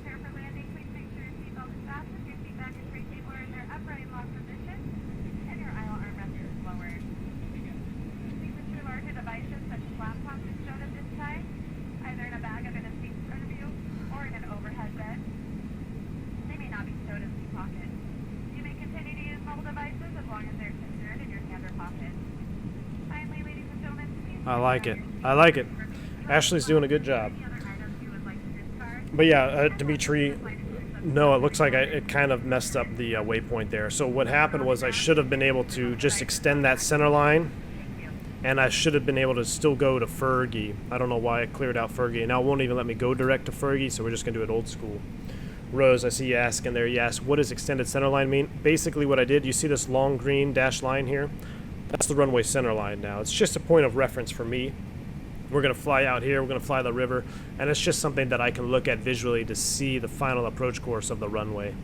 So I have a video on how to do it specifically. It's on the channel on the advanced MCDU topics.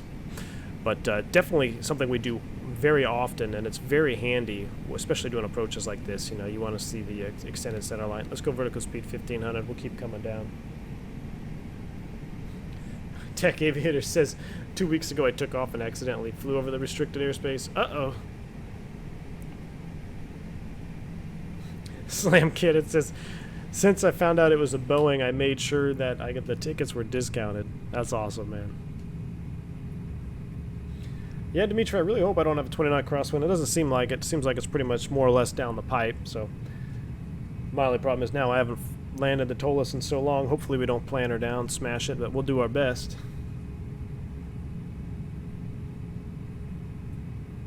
You like it? Yanking and bacon, Sony boy. Yes, sir.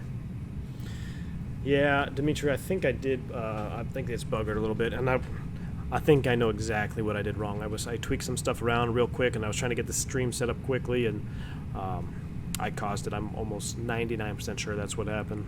I do apologize. But hey, we're here for the river visual anyway. Richard asking, cool to be here.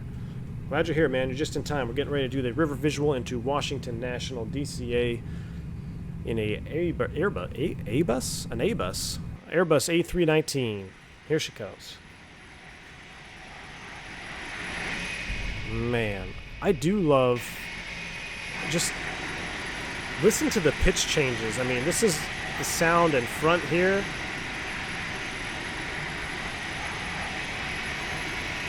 And then as you get to the side of the engine and how it changes. And then, of course, as you come around the backside, you get that rumble. Man, that is nice. This is a great pack. And this is that, he did update the outside. There's Andrews Air Force Base. That's where Air Force One is.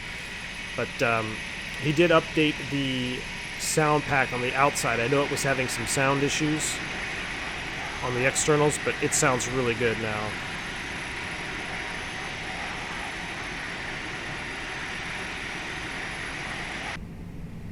Alright, how we looking? We are definitely high. So, open descent.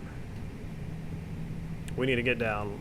Time to look alive here. As we get into this approach here, I will probably be ignoring some chat messages. I do apologize for that. But let's go ahead and set up our stuff here. I'll make these a little bigger, easier for you guys to read. So we're looking for 10 miles from DCA. Then we're going to make a left turn and join the river.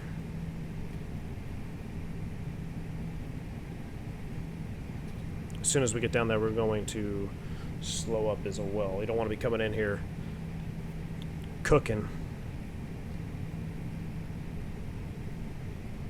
We should be looking for a river. There's DCA off our left. Here's the river over here. So we're looking good. There's 3,000. Let's go ahead and walk it back straight to 180 knots. Speed alt. Any way to get rid of the black smoke? Tal, I do not know, man. I did notice that. That is awfully smoky, isn't it?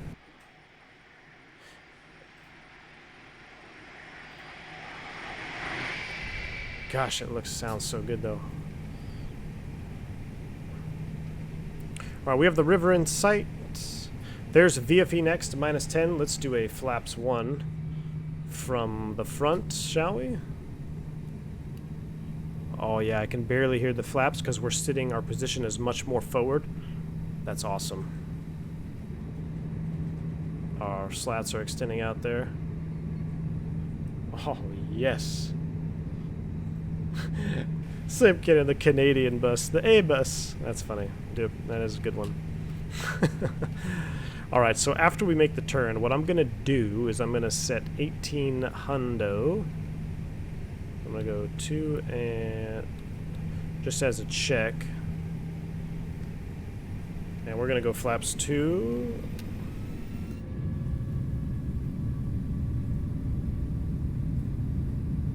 Yep.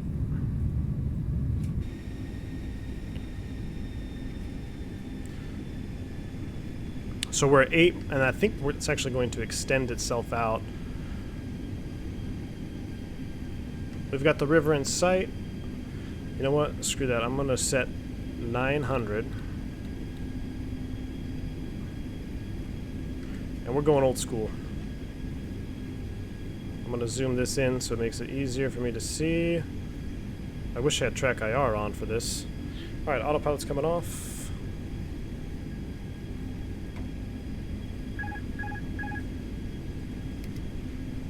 And let's make the turn. I'm going to go ahead and turn flight directors off. And the bird, track FPA, which you can see now. We're going to go ahead and start down a little bit. Our first window that we're going to be looking is 6 miles, just above 1,800 feet. So we're at 8 miles now. We want to be just over 1,800, no lower than 1,800 at 6 miles as we join the river here. So I'm going to keep referencing DME. It's coming off of this VOR down here, DCA VOR.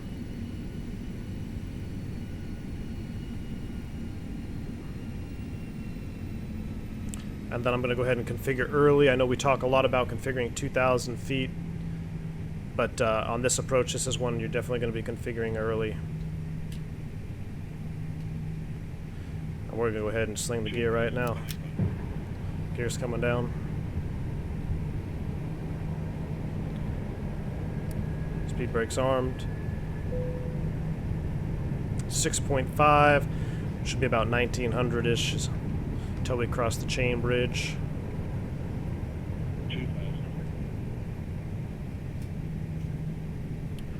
There's 6 miles. We're just under 1,900 feet. We're coming back on it. Don't pay too much attention to this vertical deviation brick. That's from the RNAV. That wouldn't really be there. So now we're looking at 900 at 3. 900 by 3 is what I'm looking for. 900 feet at 3 miles. We're going to keep coming down. VFE next -10. Flaps 3. Cactus 119, Clutterland 19er. Clutterland 19, Cactus 119. VFE next to -10. Flaps full. Landing check. Cabin crew advised, auto thrust. Speed, speed. ECAM memo. We are landing all green.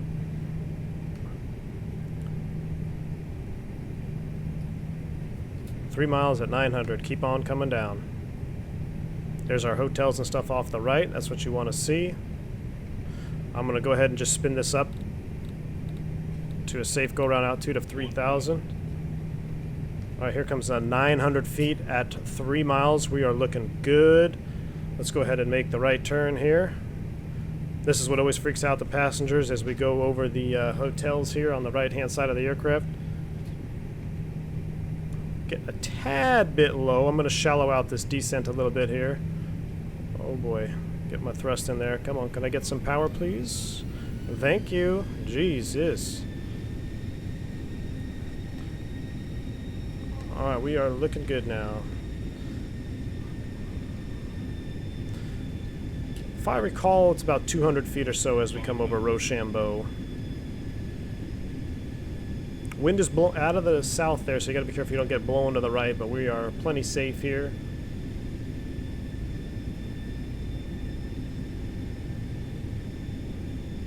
Down to land, clear to land. I'm gonna raise my seat up a little bit here.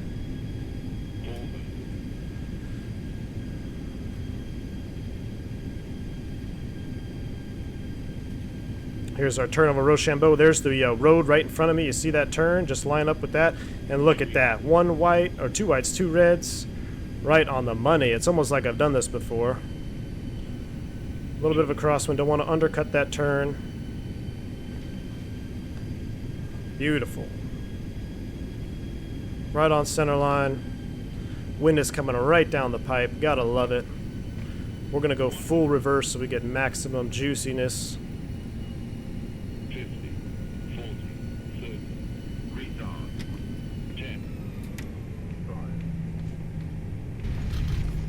Spoilers. Reverse screen. Oh baby. Decel.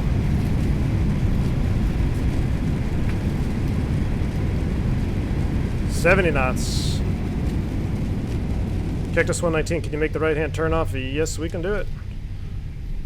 Ladies and gentlemen, welcome to Washington National. Hey, I'll take that. 149, 107 according to this one. 33 feet above threshold. This is one where you are going to be a little bit low. But that is normal. Let's go ahead and stow the buckets. We are here. Welcome to Washington National, ladies and gentlemen. Let's go ahead and clean up the airplane. Put this into taxi mode. Flaps are coming up. That was almost a butter. This one would have been a butter. This one called me at 107. How was our... Look at that. 1 foot from center line? That's what I'm looking for right there. I'm going to like that replay. Alright, flaps are coming up. Let's stow the reversers, or not the reversers, the spoilers. Well, those are stowed. We'll get the Apu. We'll get that fired up here. I forget which DCA this is. I think this is a freeware DCA.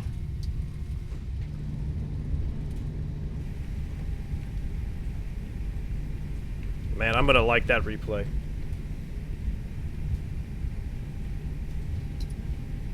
I'm gonna like that replay. How we looking? Flap open. Let's go ahead and give it a spin up.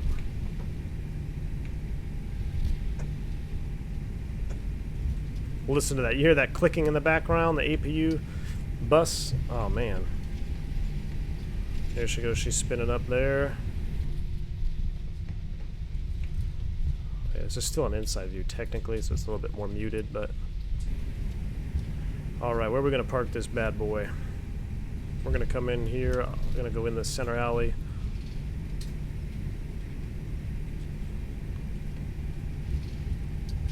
I would single engine taxi it in, but I want to hear a simultaneous shutdown. I want to hear the spool down simultaneously. Alright, we'll make our left here. Is that a Republic plane? I think it is. Might be a Repub-Tard. Alright, lights are coming off. Oh, heck yeah, we'll take this gate right here. We got a marshaller. APU is online.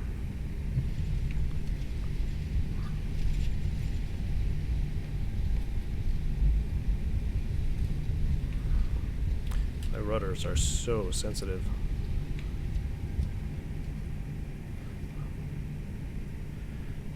Talk to me, Goose.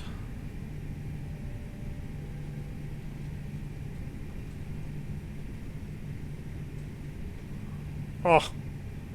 Oh, come on. Someone's a control freak down there. Alright, brakes are set. APU is online. Let's go ahead and go engine 2. Engine 1. Seatbelts. Oh my goodness. Listen to that. Angle of Attack joining the channel. Private pilot member. Thank you, Angle of Attack. Glad to have you here, man. I'm glad you're enjoying the content. Want to be a supporter of the channel. Here comes a couple positive rates for you. Thank you for the sponsorship there, man. Really appreciate that. Like I said before, check out the Subscriber ahead. the members only content on the YouTube channel there on my YouTube channel, as well as the Discord. If you sync your account, you can go ahead and get access to the V1 After Dark channel. But thanks again, man. Really appreciate your support. Alright, pumps are coming off. Lights are 10%. Beacon light comes off. Oh, what we want to do is we do not want Toliss to open doors, though, right? For our replay. So we're going to leave that as is, and we're going to do a replay here. Welcome to DC. Couple subscribers there at the end. Thank you. Silva and Canal Simul Games. Alright, I want to get rid of a real view. And let's back this up.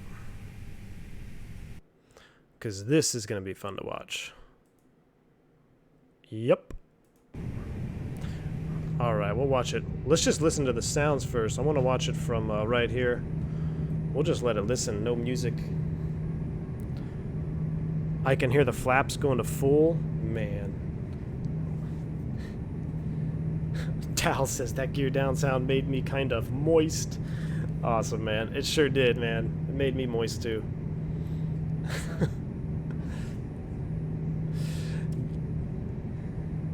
Perfect landing, Mogu Mogu. Thank you, sir. Great landing. Not bad at all from Ace Aviation. Yeah, I didn't think it was too bad myself, man.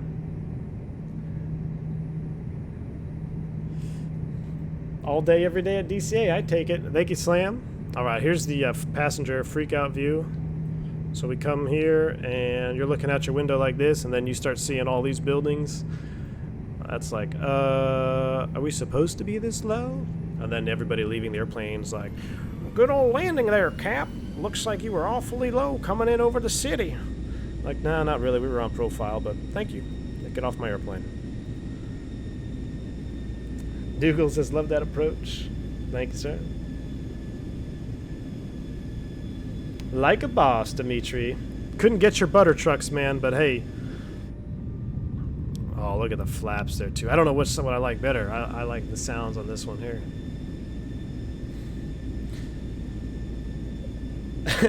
Daft Punk says, guy down there when V1 does not park correctly. Corrected.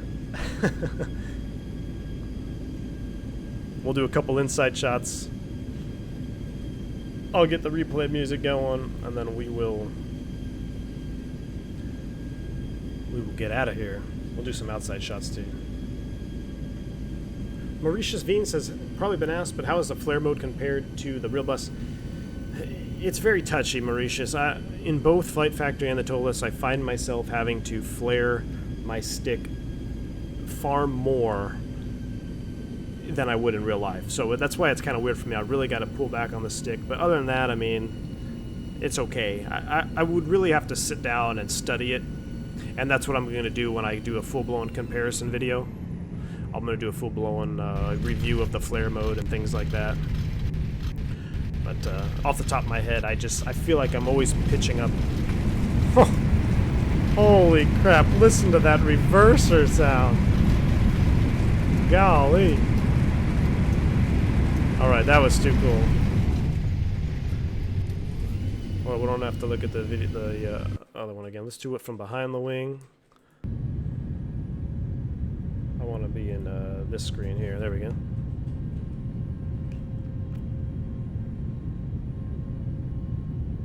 Oh, man.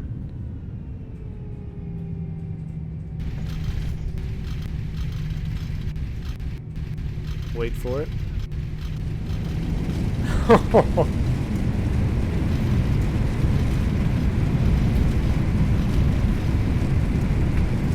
My goodness. That is loud. But I love it. I kind of want to back up a little bit further. Let's see it from over here. There's the Washington Monument.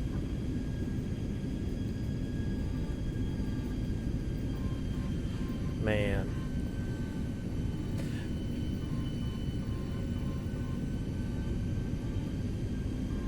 Look at that White House over there.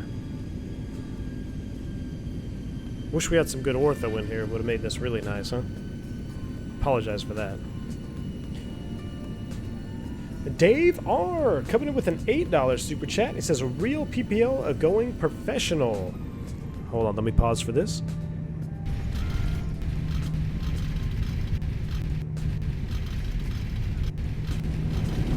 Oh. So Dave R. he says, going professional. First fave flying my 1947 Luscombe TW. Second 319 sim with your advice. Hope to be in the right seat soon. Dave R, that's awesome, man. Thank you so much for supporting the channel and coming in with that $8 bomb. Really appreciate it.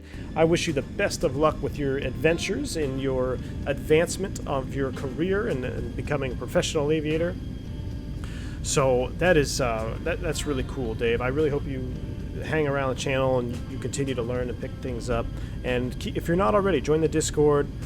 And let us know, you know, your name if it's different than it is on YouTube. And we have a little community of pilots in there, and I like to keep talking to you guys and see your updates and stuff. So, really cool, Dave. Thanks again for your support. Isis says, can't wait for the full review V1 sim. I will then be able to possibly choose which aircraft to get first.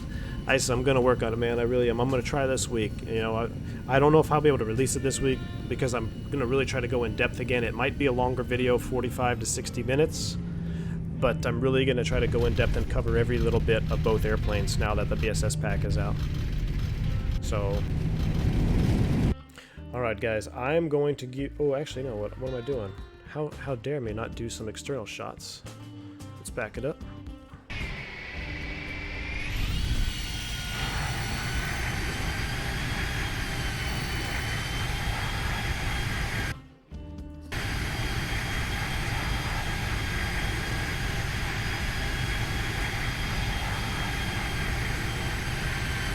That's cool with the monument in the background there. Jeremy Harvey says, on my last flight, the captain asked me to send his post-flight report through the box because he almost forgot. That's awesome, man. That's cool that he had you do that. That really is cool.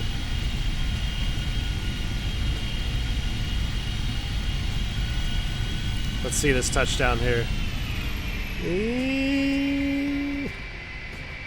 Oh man, that was pretty darn good. A little wiggly there. That's just my rudder pedals being crap. But let's look at this touchdown again here. That was pretty darn smooth, guys.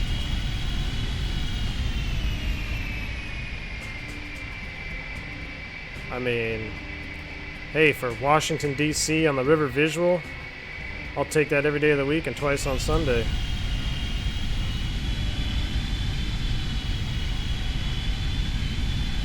Watch one from the runway, and then I'm gonna be getting out of here, guys. Ooh, we're covered up.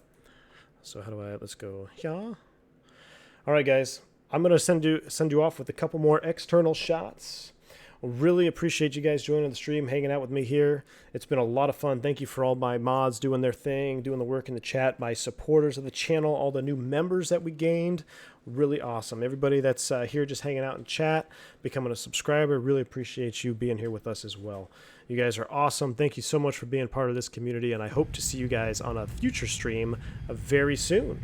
So y'all take care now and have a blessed day wherever you are watching from. See ya.